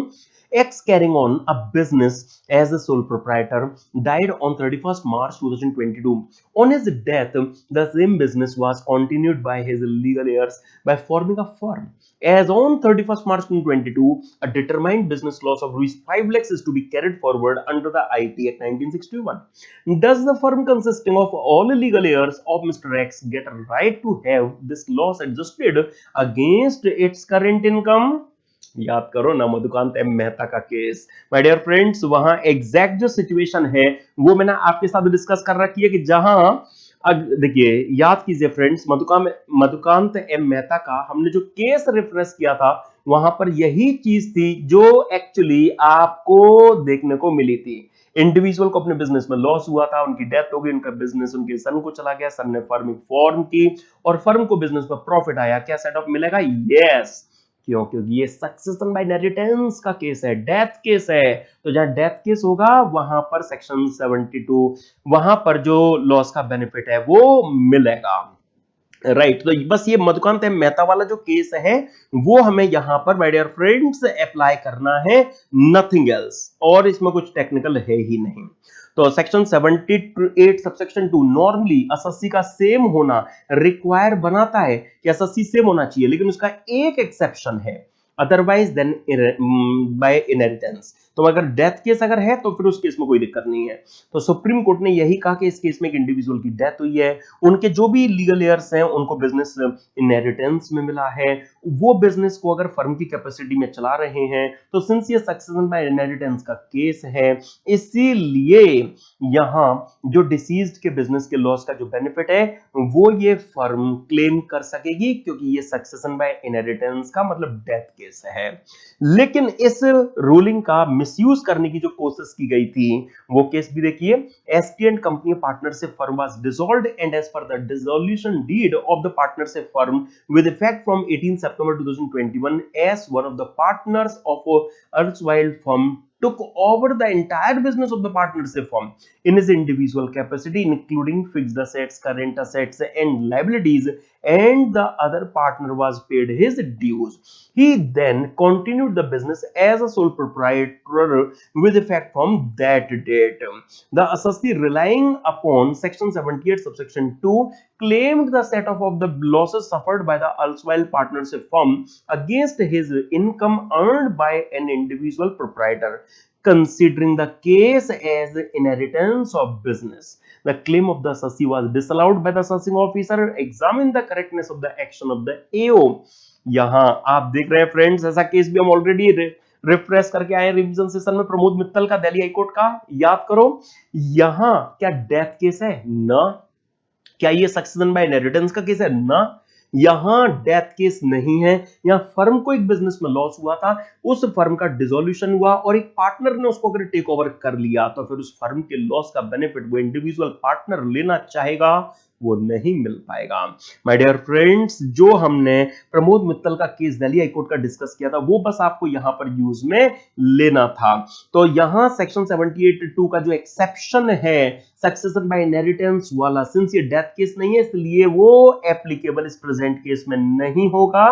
राइट एंड इस वजह से जो पार्टनर ने बिजनेस को टेक ओवर किया फर्म का, वो फर्म के लॉस के बेनिफिट को यहां पर नहीं ले पाएगा। राइट कुछ भी नया नहीं है, आप देखिए मैंने ये केस लॉ भी माय डियर फ्रेंड्स आपको ऑलरेडी रिफ्रेश करा रखा है हमने प्रमोद मित्तल के इस दिल्ली हाईकोर्ट की केस को भी रिवीजन सेशन में पूरी तरह से रिफ्रेश कर रखा है। ओके, आइए अब मैं आपको लेकर चलता हूं सेट ऑफ चैप्टर में। हमने जो सेक्शन 79 रिफ्रेश किया था, यह याद कीजिए माय डियर फ्रेंड, सेक्शन 79 वो क्लोजली हेल्ड कंपनी वाला, मैं उससे रिलेटेड जो फुल फ्लैश क्वेश्चन है वो अब आपके सामने प्रेजेंट करता हूं। तो यस फ्रेंड्स, एक रिपीटेटिव नेचर का ये जो क्वेश्चन है सेक्शन 79 पर बेस्ड, वो जरा देखिए। Vamana Private Limited has a share capital in the form of equity shares. The shares were held up till 31st March 2020 by 4 members C, D, E and F equally. ठीक है, तो okay, तो ये हमें previous year 1920 तक के facts दिए गए कि 1920 तक जो भी ये फर्म है इसमें सी, डी, ई एंड एफ के पास में हमेशा इक्वल जो वोटिंग पावर है वो रही है। Okay, the company made losses or profits for the past 3 assessment years as follows. तो in terms of assessment year ये particulars दे रहे हैं, हम एक काम करते हैं साथ में ही in terms of previous year भी रख लेते हैं, जिससे कि चीजों को कनेक्ट करने में आपको थोड़ा आगे कंफर्ट फील होगा, राइट। तो यहां पर आप देखिए assessment year 1890, 1920, 2021 in terms of these previous years जो बिजनेस लॉस हैं एंड जो अनएब्जॉर्ब डेप्रिसिएशन है और जो एग्रीगेट फिगर्स हैं, वो लॉस और अनएब्जॉर्ब डेप्रिसिएशन की हमें यहां दी गई। The above figures have been accepted by the income tax department during the previous year ended 31st March 2021. He sold his shares to A, and during the previous year 21-22, that is ended 31st March 2022, D sold his shares to B. Okay, the profits for the past two previous years are as follows. 31st March 2021 के लिए 8 lakhs before charging depreciation of rupees 1 lakh और 31st March 2022 के लिए 15 lakhs before charging depreciation of rupees 150. Compute the total income for AY 22-23 in terms of PY 21-22. Working को support करना है, मतलब working जो भी बन सकती है वो उनको आपने देना है। तो देखो ना, यहाँ प्रीवियस ईयर 21-22 के लिए टोटल इनकम कंप्यूट करने से पहले हमें प्रीवियस ईयर 2021 का दरिया पार करना पड़ेगा।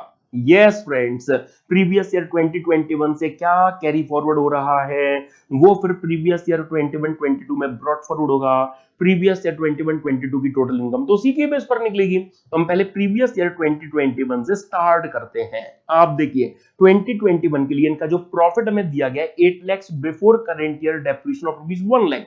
तो करेंट ईयर को पहले एडजस्ट करेंगे, राइट। करेंट ईयर को पहले हमने करेंट ईयर का डेप्रिसिएशन पहले एडजस्ट किया, इससे करेंट ईयर की पोजीशन आई।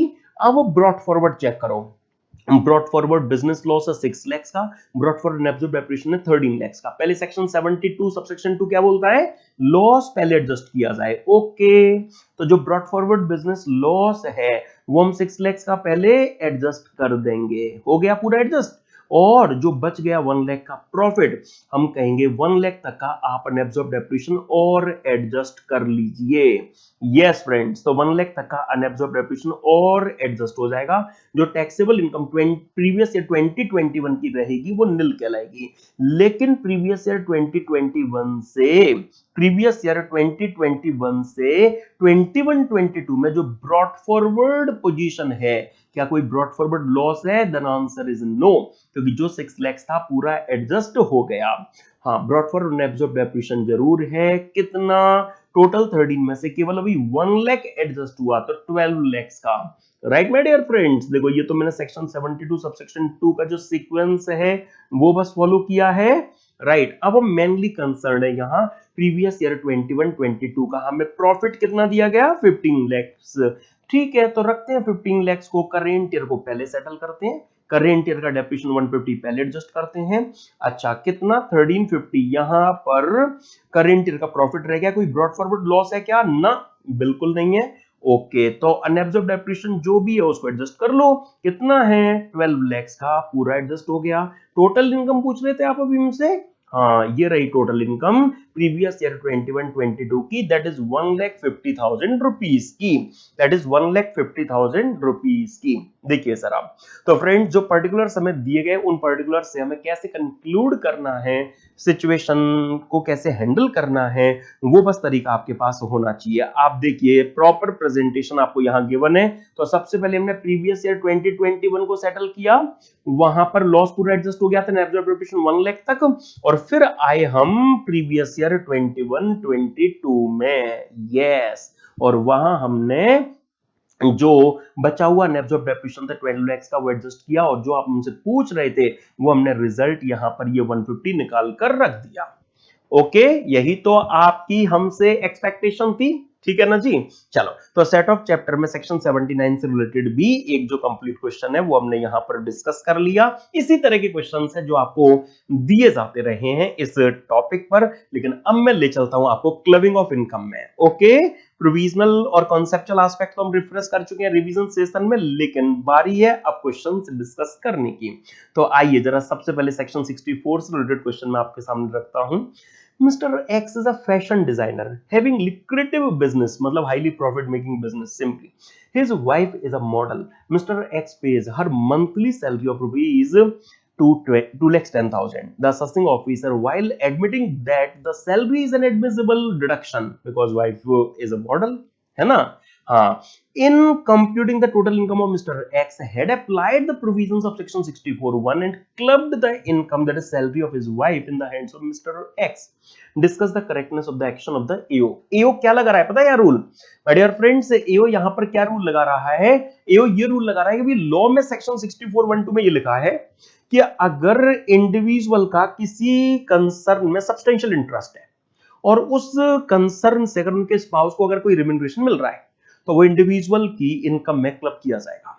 अब मिस्टर एक्स अगर सोल प्रोप्राइटरी कंसर्न की कैपेसिटी में बिजनेस चला रहे हैं तो जाहिर सी बात है कि सोल प्रोप्राइटरी कंसर्न में मिस्टर एक्स का सब्सटेंशियल इंटरेस्ट है, खुद ही ओनर है, और उस बिजनेस से उनके स्पाउस को रिम्यूनरेशन मिल रहा है, तो मैं इसलिए क्लबिंग करूंगा। अरे वहां ये भी तो देखो ना क्या लिखा हुआ है कि अगर वाइफ को रिम्यूनरेशन अगर उनके स्किल्स की वजह से मिल रहा है, उनके वो अगर टेक्निकल या अदरवाइज नॉलेज अगर पजेस कर रही हैं, उनकी क्वालिफिकेशन की वजह से अगर वो डिजर्व कर रही हैं उस रेम्यूनरेशन के लिए, उसकी वजह से अगर उन्हें मिल रहा है तो थोड़ी ना क्लबिंग कर दोगे आप। बस वही रूल यहां पर हमें लगाना है। एओ का जो एक्शन है वो यहां पर करेक्ट नहीं है। तो नो डाउट यहां पर मिस्टर एक्स का उस प्रोप्राइटरी कंसर्न में सब्सटेंशियल इंटरेस्ट है उनके स्पाउस को जिससे रिम्यूनरेशन मिल रहा है, लेकिन लॉ नो क्लबिंग की भी तो बात करता है। अगर स्पाउस उस रिम्यूनरेशन के लिए डिजर्व कर रही हैं और उसी की वजह से अगर उन्हें वो मिला है रिम्यूनरेशन, तो सिंस वाइफ मॉडल है वो उस रिम्यूनरेशन के लिए हकदार हमें नजर आ रही है, इसलिए वो क्लबिंग का पॉइंट अप्लाई नहीं होगा और एओ का एक्शन यहां करेक्ट नहीं कहलाएगा। आइए एक स्टडी मटेरियल का क्वेश्चन में रखता हूं जो हमने इंटरेस्ट को लेकर पार्टनर से फर्म में अगर स्पाउस के द्वारा अगर कैपिटल कंट्रीब्यूशन किया गया जिसमें उन्हें अपने स्पाउस से जो कैपिटल लगाने के लिए पैसा मिला, तो फर्म से मिलने वाले इंटरेस्ट के पार्ट की जो क्लबिंग है वो पिक्चर में आएगी। ओपनिंग कैपिटल को उसके लिए बेस बनाया जाएगा। वो सारी चीजें मैंने जो क्लबिंग में आपको रेफरेंस कराई थी, अब आइए उनको आपने यहां पर अप्लाई करना है। याद है कि नहीं फ्रेंड्स, वो सारी चीजें मैंने स्लाइड्स तक पर आपको रेफरेंस कराई थी क्लबिंग वाली, कि इंटरेस्ट को लेकर किस तरह से जो चीजें हैं वो यूज में लाई जाएंगी। याद कीजिए फ्रेंड्स कि जो भी ओपनिंग कैपिटल का जो अमाउंट होगा, जो ओपनिंग कैपिटल का अमाउंट होगा, हम उसको बेस बनाकर जो भी प्रोपोर्शनल अमाउंट ऑफ इंटरेस्ट है वो निकालेंगे और उसी पर क्लबिंग वर्क करेगी। राइट, बस इसी तरह की चीजें तो हैं जो आपने यहां पर अब इस क्लबिंग के अगले क्वेश्चन में जो स्टडी मटेरियल का पार्ट है, हालांकि अभी तक एग्जाम में उस तरह क्वेश्चन दिया नहीं गया है, लेकिन स्टडी मटेरियल का पार्ट है वो, तो इसलिए डिस्कस कर लेते हैं उस क्वेश्चन को। क्या यहां पर इस क्वेश्चन में आपको दिया गया, Mrs E wife of mister X, mister F is a partner in a firm. Her capital contribution to the firm as on 1st April 2021 was rupees 5 lakhs, out of which 3 was contributed out of her own sources and rupees 2 lakhs was contributed out of gift from her husband. As further capital was needed by the firm, she further invested rupees 2 lakhs on 1st May 2021 out of funds gifted by her husband. The firm paid interest on capital rupees 80,000 and share of profit rupees 60,000 for the financial year 21-22. Advise Mr. F as to the applicability of the provisions of section 64(1)(4) and the manner thereof in respect of the above referred transaction. सबसे पहले firm में partner का जो profit share होता है वो तो exempt होता है.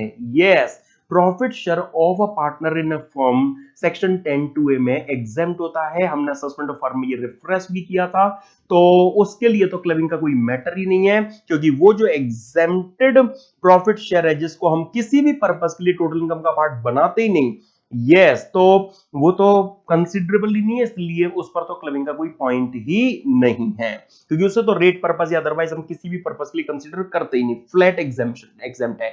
मेनली इंटरेस्ट ऑन कैपिटल को लेकर हमें यहां पर सोचना है.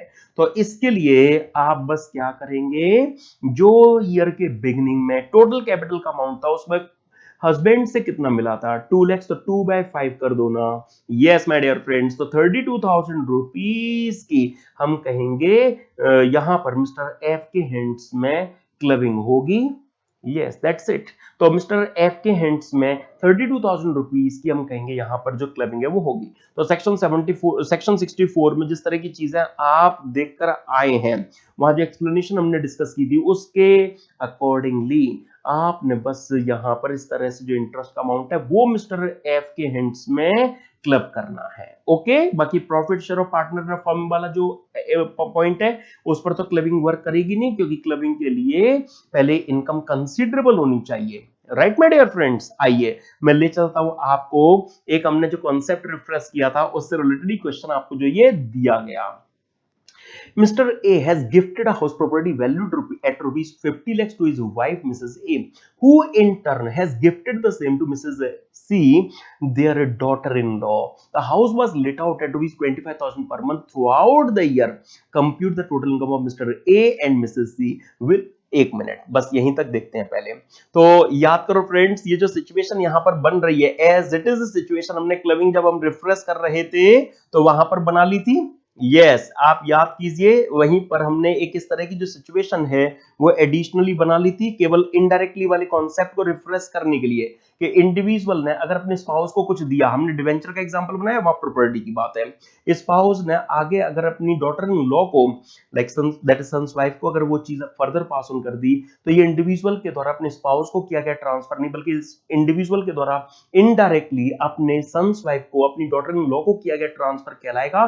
और जो डॉटर इन लॉ को आएगा उस इंडिविजुअल के हैंड्स में क्लबिंग के लिए लाइबेबल कहलाएगा. तो ये जो पूरा कॉन्सेप्ट है वो हमने वहां रिफ्रेश किया था रिवीजन सेशन में, वही केवल और केवल आपको इस क्वेश्चन में अप्लाई करना है, नथिंग एल्स. यस फ्रेंड्स, तो यहां पर हम क्या बोलेंगे कि जो मिसेस सी वाली बात है उनके लिए वो इनकम टैक्सेबल नहीं होगी, बल्कि मिस्टर ए के हैंड्स में वो क्लबिंग के लिए लाइबेबल कहलाएगी.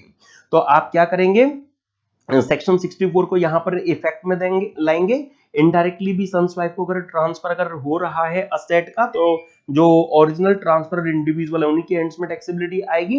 रेंटल इनकम है 3 लाख रुपीस की, 25,000 रुपीस पर मंथ के हिसाब से 30% की आप इसमें डिडक्शन देने के बाद में जो नेट बचेगा उसकी क्लबिंग करेंगे. वो इनकम मिसेस सी को जो नेट हाउस प्रॉपर्टी एड में टैक्सेशन के लिए लाइबेबल बनती, वो मिस्टर ए के हैंड्स में क्लबिंग के लिए लाइबेबल कहलाएगी. ध्यान रखना, एक रूल रेगुलर बैच में डिस्कस करते हैं इस तरह के हम पॉइंट्स के, जो भी इनकम क्लब होनी है पहले जिसको हो रही है आप उनके लिए रिस्पेक्टिव हेड में उस इनकम को कंप्यूट करके ले आओगे, और जो नेट इनकम आएगी ना वो जिसके हैंड्स में वो क्लब होनी है उसकी इनकम में क्लब की जाएगी. जो चैप्टर 6 से की डिडक्शन मिलनी है वो जिसके हैंड्स में इनकम क्लब होने जा रही है उसी को दी जाएगी. ओके राइट, तो इनकम की इनिशियल वर्किंग रिस्पेक्टिव हेड में होगी जिसको इनकम हो रही है उसके लिए, और फिर जो नेट इनकम बचेगी वो जिसके जो नेट इनकम टैक्सेशन के लिए अदरवाइज लायबल जो रिस्पेक्टिव हेड से निकल कर आएगी उसकी क्लबिंग की जाएगी. चैप्टर 6 से डिडक्शन अगर मिलनी है तो उसको मिलेगी जिसकी इनकम में उसकी क्लबिंग हो रही है. ओके, अच्छा, अब will your answer be different if the set property was gifted to his son husband of Mrs C? Yes of course. फिर तुम क्या कहेंगे, मिस्टर ए का डायरेक्टली एंड नॉट सही, इनडायरेक्टली मतलब थ्रू हिज वाइफ ये सन को transfer हो गया, और सन को इनडायरेक्टली प्रॉपर्टी के हुए ट्रांसफर से जो भी इनकम सन को आएगी वो उस इनकम की क्लबिंग तो लॉ में नहीं है। तो इसीलिए इस केस में जो ये इनकम है वो सन के हैंड्स में इटसेल्फ टैक्सेबल होगी, उसकी क्लबिंग यहां पर नहीं हो पाएगी। हम मान रहे हैं कि सन माइनर चाइल्ड नहीं है। अब मैरिज हो गई है तो रीजनेबल होगा कि हम मेजर का ही केस लेकर चले, है ना। तो बाल विवाह आपको पता है कि प्रतिबंधित है ना। तो फ्रेंड्स उसी एंगल से जो चीजें हैं वो मैंने आपके सामने यहां रखी, और जब मैंने क्लबिंग को रिफ्रेश कराया था तभी भी कहा था, एक एमआर दोस्ती का केस आपको रिफ्रेश कराया था, याद है, कहा था कि एग्जामिनर का ये फेवरेट एरिया, एग्जामिनर बार बार इस पर जो क्वेश्चन है वो आपको देते आए हैं। आइए देखिए उस क्वेश्चन को। Sachin settled 1/4 share of his property under a trust for the education and maintenance of his minor daughter Pallavi. Under the terms of the trust deed, the income accruing to the trust after meeting the expenses of maintenance and education of Pallavi was to be accumulated and paid over to her on attaining majority. The assessing officer assessed the income arising from 1/4 share of the property settled for the benefit of Pallavi in the hands of Sachin. Can the AO do so? हम कहेंगे 100% नहीं। यहां अगर सचिन ने अपनी 1/4 share of property को अगर अपनी माइनर डॉटर के बेनिफिशियरी ट्रस्ट में हैंडओवर किया, तो जो माइनर चाइल्ड का बेनिफिट होगा, माइनर चाइल्ड कितने से बेनिफिटेड हो रही हैं, केवल जितना उनके मेंटेनेंस और एजुकेशन पर एक्सपेंस हो रहा है उतनी उनकी डिम्ड इनकम, उतना उनका बेनिफिट है, तो उतने की क्लबिंग होगी। जो एक्यूमुलेट हो रहा है, जो जब वो मेजर हो जाएंगी तब उन्हें मिलेगा, तो ये तो माइनर चाइल्ड का बेनिफिट ही नहीं कहलाएगा, ये तो मेजर जब हो जाएगा तब उनको मिलेगा, है ना। तो इसलिए एमआर दोषी के केस में सुप्रीम कोर्ट ने जैसा कहा कि जितना बेनिफिट माइनर चाइल्ड को मिल रहा है उनके मेंटेनेंस एंड एजुकेशन एक्सपेंसेस जो मेट आउट हो रहे हैं, उतना पोर्शन माइनर का बेनिफिट डीम्ड इनकम कहलाएगी, उसी के लिए क्लबिंग होगी सचिन के हैंड्स में, एक्यूमुलेटेड वाले पोर्शन के लिए नहीं। तो यहां पर एओ का जो 100% एक्ट है पूरे अमाउंट को क्लबिंग का, वो सही नहीं है।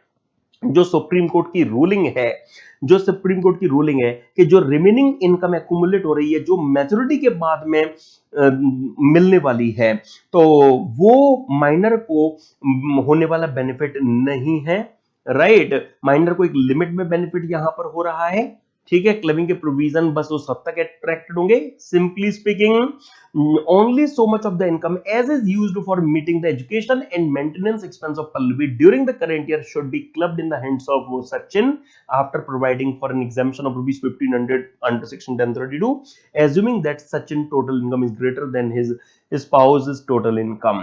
तो ये भी बात हमने रिफ्रेश की थी कि भाई जब माइनर चाइल्ड की इनकम की क्लबिंग की बात कर रहे थे तब हमने सेक्शन 1032 को भी रिफ्रेश किया था कि माइनर चाइल्ड की इनकम की क्लबिंग के केस में सस्सी को 1500 रुपीज पर मंथ नहीं 1500 रुपीज पर चाइल्ड तक की जो एग्जामिशन है वो मिलती है। तो जो एक्यूमुलेटेड पार्ट है उस पर क्लबिंग के जो प्रोविजंस है वो अट्रैक्टेड नहीं होंगे, राइट। लेकिन जितना मेंटेनेंस एजुकेशन के लिए उनको बेनिफिट हो रहा है, एक्सपेंस किया जा रहा है, वो माइनर का बेनिफिट क्लबिंग के लिए इंडिविजुअल के हैंड्स में लाइबल बनेगा। याद है आपको एक क्रॉस ट्रांसफर का कॉन्सेप्ट रिफ्रेश किया था हमने, हाँ, उससे रिलेटेड भी जो क्वेश्चन आपको दिया जाता है वो ये रहा। Mr. Vasudevan gifted a sum of ₹6 lakhs to his brother's wife on 14 June 21. On 12th July 2021, his brother gifted a sum of ₹5 lakhs to Mr. Vasudevan's wife. The gifted amounts were invested as FD, मतलब fixed deposit in banks by Mrs. Vasudevan and wife of Mr. Vasudevan's brother on 1st August 2021 at 9% interest. Discuss the consequences of the above under the provisions of IT Act in the hands of Mr. Vasudevan and his brother. हम क्या कहेंगे, वासुदेवन ने brother की wife को, है ना, और brother ने वासुदेवन की वाइफ को जो भी ये अमाउंट गिफ्ट किए, ये क्रॉस ट्रांसफर का केस हो गया, इनडायरेक्ट ट्रांसफर की तरह कहलाएगा। लेकिन विच एवर इज लोअर, यहां वासुदेवन ने अगर 6 लाख का गिफ्ट किया और उनके ब्रदर ने अगर 5 लाख का अगर वासुदेवन की वाइफ को अगर गिफ्ट किया, तो इस केस में यहां वासुदेवन ने अगर ब्रदर की वाइफ को अगर जो गिफ्ट किया है, एक मिनट एक मिनट एक मिनट एक second my dear friends, yes, यहां जो सिचुएशन बन रही है वासुदेवन वाइफ और ब्रदर्स वाइफ, तो वासुदेवन ने अगर ब्रदर्स की वाइफ को अगर 6 lakhs का गिफ्ट किया और अगर ब्रदर ने वासुदेवन की वाइफ को 5 lakhs का गिफ्ट किया, तो वासुदेवन ने अब ब्रदर की वाइफ को 5 lakhs तक तो इसलिए गिफ्ट किया क्योंकि उनके ब्रदर ने उन वासुदेवन की वाइफ को 5 lakhs का गिफ्ट किया था, और 1 लाख हम मानेंगे वासुदेवन ने एडिशनली गिफ्ट किया है। हाँ, तो यहां पर 5 lakhs रुपीस तक के एफडी की जो इंटरेस्ट इनकम होगी वो यहां पर क्लबिंग के लिए लाइवेबल बनेगी। यस माय डियर फ्रेंड्स, याद करो, स्लाइड दिखाने की जरूरत तो नहीं है, जो इनफैक्ट इससे रिलेटेड हमने डिस्कस की थी। देखो यही एग्जैक्टली जो क्वेश्चन है वो हम, यही एग्जैक्टली जो सिचुएशन है वो हम रिवीजन सेशन में कवर भी करके आ चुके हैं। तो फ्रेंड्स यहां यस, जो बात चल रही है इस केस में, केशव जी मोरारजी वाला केस भी आपको आई होप याद आ गया होगा, जिसमें ये जो क्रॉस ट्रांसफर का केस है, केशव जी मोरारजी का जो एपेक्स कोर्ट सुप्रीम कोर्ट का जो केस है वो भी आपको याद आ गया होगा कि यस, ये जो क्रॉस ट्रांसफर वाली जो सिचुएशन बन रही है, यहां पर जो क्लबिंग है वो वर्क करेगी, क्योंकि टैक्स इवेट करने के लिए आप एक डिवाइस की तरह से जो यूज कर रहे हो, ये इनडायरेक्ट ट्रांसफर का ही एक टाइप कहलाएगा। और जो भी मिसेस वासुदेवन की वाइफ को इंटरेस्ट इनकम हो रही है, जो मिसेस वासुदेवन के ब्रदर की वाइफ को जो इंटरेस्ट इनकम हो रही है, actually to the extent of rupees 5 lakhs, यहां Vasudevan brother and mister Vasudevan के हिंट्स में टैक्स के लिए लाइबेबल होगा। तो दोनों के लिए इनडायरेक्ट ट्रांसफर की तरह से ट्रीट किया जाएगा। 5 lakhs रुपीस तक का जो इंटरेस्ट अमाउंट है वो क्लबिंग के लिए यहां पर लाइबेबल कहलाएगा। आई होप ये वाला क्रॉस ट्रांसफर का जो कॉन्सेप्ट हमने रिफ्रेश किया था उसके बाद में तो ये जो क्वेश्चन है इसमें दिक्कत आपको नहीं आनी चाहिए, क्योंकि एज इट इज हम जो क्वेश्चन है, एज इट इज जो सिचुएशन है वो हमने जब चीजों को रिवाइज किया था क्लबिंग की तब हम डिस्कस कर चुके हैं। और my dear friends, yes yes, हाँ, हमने टनेज टैक्स स्कीम को माय डियर फ्रेंड्स और थोरोली रिफ्रेश किया था, आपको याद होगा। लेकिन टनेज टैक्स स्कीम पर अभी तक की हिस्ट्री में जो क्वेश्चन आया है वो क्वेश्चन भी मैं आपके सामने रख देता हूं। वैसे टनेज टैक्स स्कीम से रिलेटेड जो प्रोविजनल थिंग्स मुझे आपको रिफ्रेश करानी थी वो तो हमने रिवीजन सेशन में ये सारी रिफ्रेश कर ही ली थी, आपको आई होप याद होगा। लास्ट रिवीजन सेशन में ही हम टनेज टैक्स स्कीम से रिलेटेड ये जो चीजें हैं, ये चीजें डायग्राम्स वगैरह के साथ में टनेज इनकम की कंप्यूटेशन, राउंडिंग ऑफ वगैरह के concepts, depreciation, tonnage tax reserve में शॉर्टफॉल का कॉन्सिक्वेंस, वो सारी चीजें डिस्कस करके वहां आए हैं जो आपको एग्जामिनर टेस्ट कर सकते हैं। और अभी तक जो क्वेश्चन आया था एक सिंपल सा क्वेश्चन है जो आपको इस पर बेस्ड दिया गया है, आइए उसे भी डिस्कस कर लेते हैं। Tarun Shipping Company Limited, having its registered office in Mumbai, plies two ocean-going vessels which it owns. The registered tonnage of two vessels is 47,549 tons and 800 kilograms and 25,759 tons and 400 kilograms respectively. In the accounting year 21-22, the first vessel was operated for 360 days and the second for 199 days. The accounts of the company reveals the following result: profit from core shipping activity and profits from incidental activity. Compute the tax payable by the company for the AY 2023, taking note on the new provisions of the law relating to taxation of shipping companies. मतलब tonnage tax scheme की यहाँ पर हमसे knowledge test की जा रही है।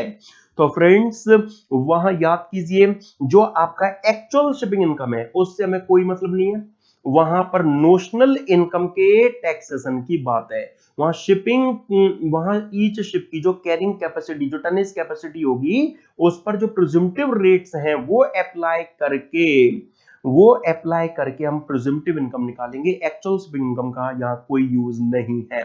Okay, उसके लिए सबसे पहली जरूरत क्या है कि जो शिप की टनेज कैपेसिटी हमें गिवन है उसमें हम जो फ्रैक्शनल पार्ट ऑफ टन है वो सबसे पहले हटाएंगे, राइट, जो फ्रैक्शनल पार्ट ऑफ टन है वो सबसे पहले हम हटाएंगे और फिर लास्ट टू डिजिट देखेंगे। अगर वो 50 या इससे ज्यादा है तो उन्हें नेक्स्ट 100 तक राउंड ऑफ कर लेंगे।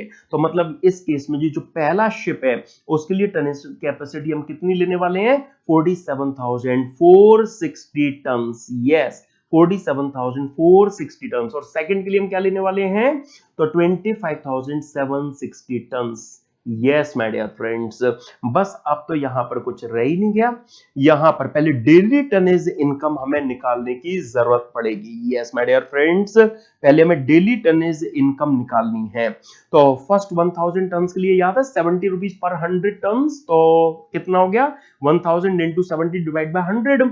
नेक्स्ट 9000 टन के लिए 53 रुपीज पर 100 टन।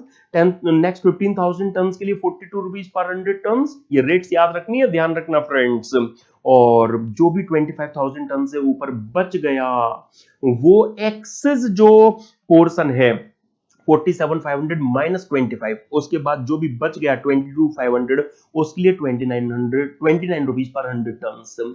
ये डेली टनेज इनकम यहां पर कैपेसिटी बेस्ड हम निकाल पाएंगे। अब जो भी नंबर ऑफ डेज हमें यहां पर दिए गए हैं डियर फ्रेंड्स उनसे मल्टीप्लाई कर देंगे। जैसे यहां पर पहले शिप के लिए जो टनेज इनकम निकल कर ये आई, वो पहला शिप 360 डेज इन ऑपरेशन रहा है, ओके, और दूसरा 199। तो पहले वाले शिप की डेली टनेज इनकम को 360 से, दूसरे वाली शिप की डेली टनेज इनकम को 199 से। तो ये हमारी टनेज टैक्स स्कीम के अकॉर्डिंगली टनेज इनकम निकल कर आ गई। इनका हम एग्रीगेट करेंगे, ठीक है फ्रेंड्स। ईच शिप की टनेज इनकम सेपरेटली निकलती है क्योंकि कैपेसिटी अलग अलग हो बिल्कुल चांस बनता है, और फिर उनको हम एग्रीगेट करके टनेज इनकम तक पहुंचते हैं। लास्ट फिगर अगर 5 रुपीज ऐसे ज्यादा होती है तो नेक्स्ट 10 तक राउंड ऑफ कर लेते हैं। ये टोटल इनकम टैक्स निकालने के लिए कुछ भी स्पेशल है नहीं।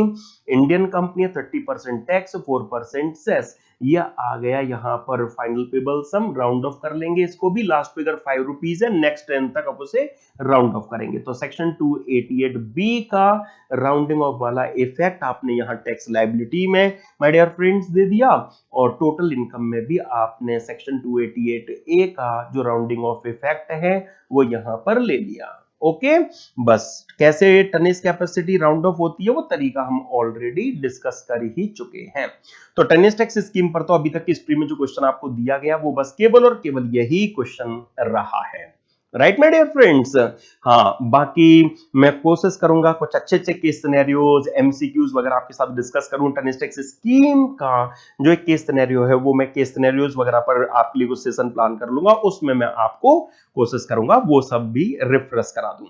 तो यस माय डियर फ्रेंड्स, अब मैं कह सकता हूं कि हाँ, मैंने जो आपके साथ कमिट किया था उन ऑल टॉपिक्स पर, यस उन ऑल टॉपिक्स पर माय डियर फ्रेंड्स जो अच्छे खासे क्वेश्चंस की जो प्रैक्टिस है वो हम कर चुके हैं। लेकिन faceless assessment scheme, faceless appeal scheme के लिए जो मैंने एडिशनली कहा है कि मैं आपके लिए एक रिवीजन सेशन उसके लिए भी अरेंज कर दूंगा, तो उससे रिलेटेड जो क्वेश्चंस बन सकते हैं उस तरह के क्वेश्चंस की प्रैक्टिस हम साथ ही साथ उस रिवीजन सेशन में कर लेंगे, राइट। तो फ्रेंड्स, जितने भी टॉपिक्स हमने अभी तक इस रिवीजन सेशंस और प्रैक्टिस सेशंस की सीरीज में कवर किए हैं, मैंने रिवीजन सेशन में भी, लास्ट रिवीजन सेशन में भी आपको उसके बारे में कहा था कि 70 टू 75 मार्क्स की कवरेज डिस्क्रिप्टिव क्वेश्चंस में केवल, हाँ एमसीक्यूज के सिनेरियोज में तो और इसके अलावा रहेगी, लेकिन जो ट्रेंड है लेटेस्ट ट्रेंड को बेस बनाकर my dear friends 70 to 75 marks का जो डिस्क्रिप्टिव क्वेश्चंस में जो कवरेज इन टॉपिक्स से जनरली हमें देखने को मिलता है, हम उन ऑल टॉपिक्स को माय डियर फ्रेंड्स इन रिवीजन सेशंस और प्रैक्टिस सेशंस की सीरीज में कवर कर चुके हैं, ठीक है। चलिए, तो मिलते हैं माय डियर फ्रेंड्स हम अगले और लास्ट रिवीजन सेशन में, ठीक है। फिर उसके बाद में मैं कुछ और सेशंस आपके लिए प्लान करूंगा, कुछ अदरवाइज जैसे मैं कह रहा था कुछ अच्छे एमसीक्यूज के सिनेरियोज वगैरह को लेकर, लेकिन काफी कुछ हद तक कंटेंट है जो हमने रिवीजन सेशंस की सीरीज में रिवाइज कर लिया, और प्रैक्टिस सेशंस की इस सीरीज में अच्छे खासे क्वेश्चंस की उन पर हमने प्रैक्टिस भी कर ली। आप इनको ज्यादा से ज्यादा अपने नियर एंड डियर्स में सर्कुलेट कीजिए, वो भी इससे काफी बेनिफिटेड होंगे, और आप भी इन सेशंस को एंजॉय कीजिए, ठीक है। कहीं भी कोई भी डाउट डिफिकल्टी अगर आती है तो बेझक आप मुझे कभी भी फोन कर सकते हैं, व्हाट्सएप कर सकते हैं, ठीक है। And till then goodbye to all of you, thank you.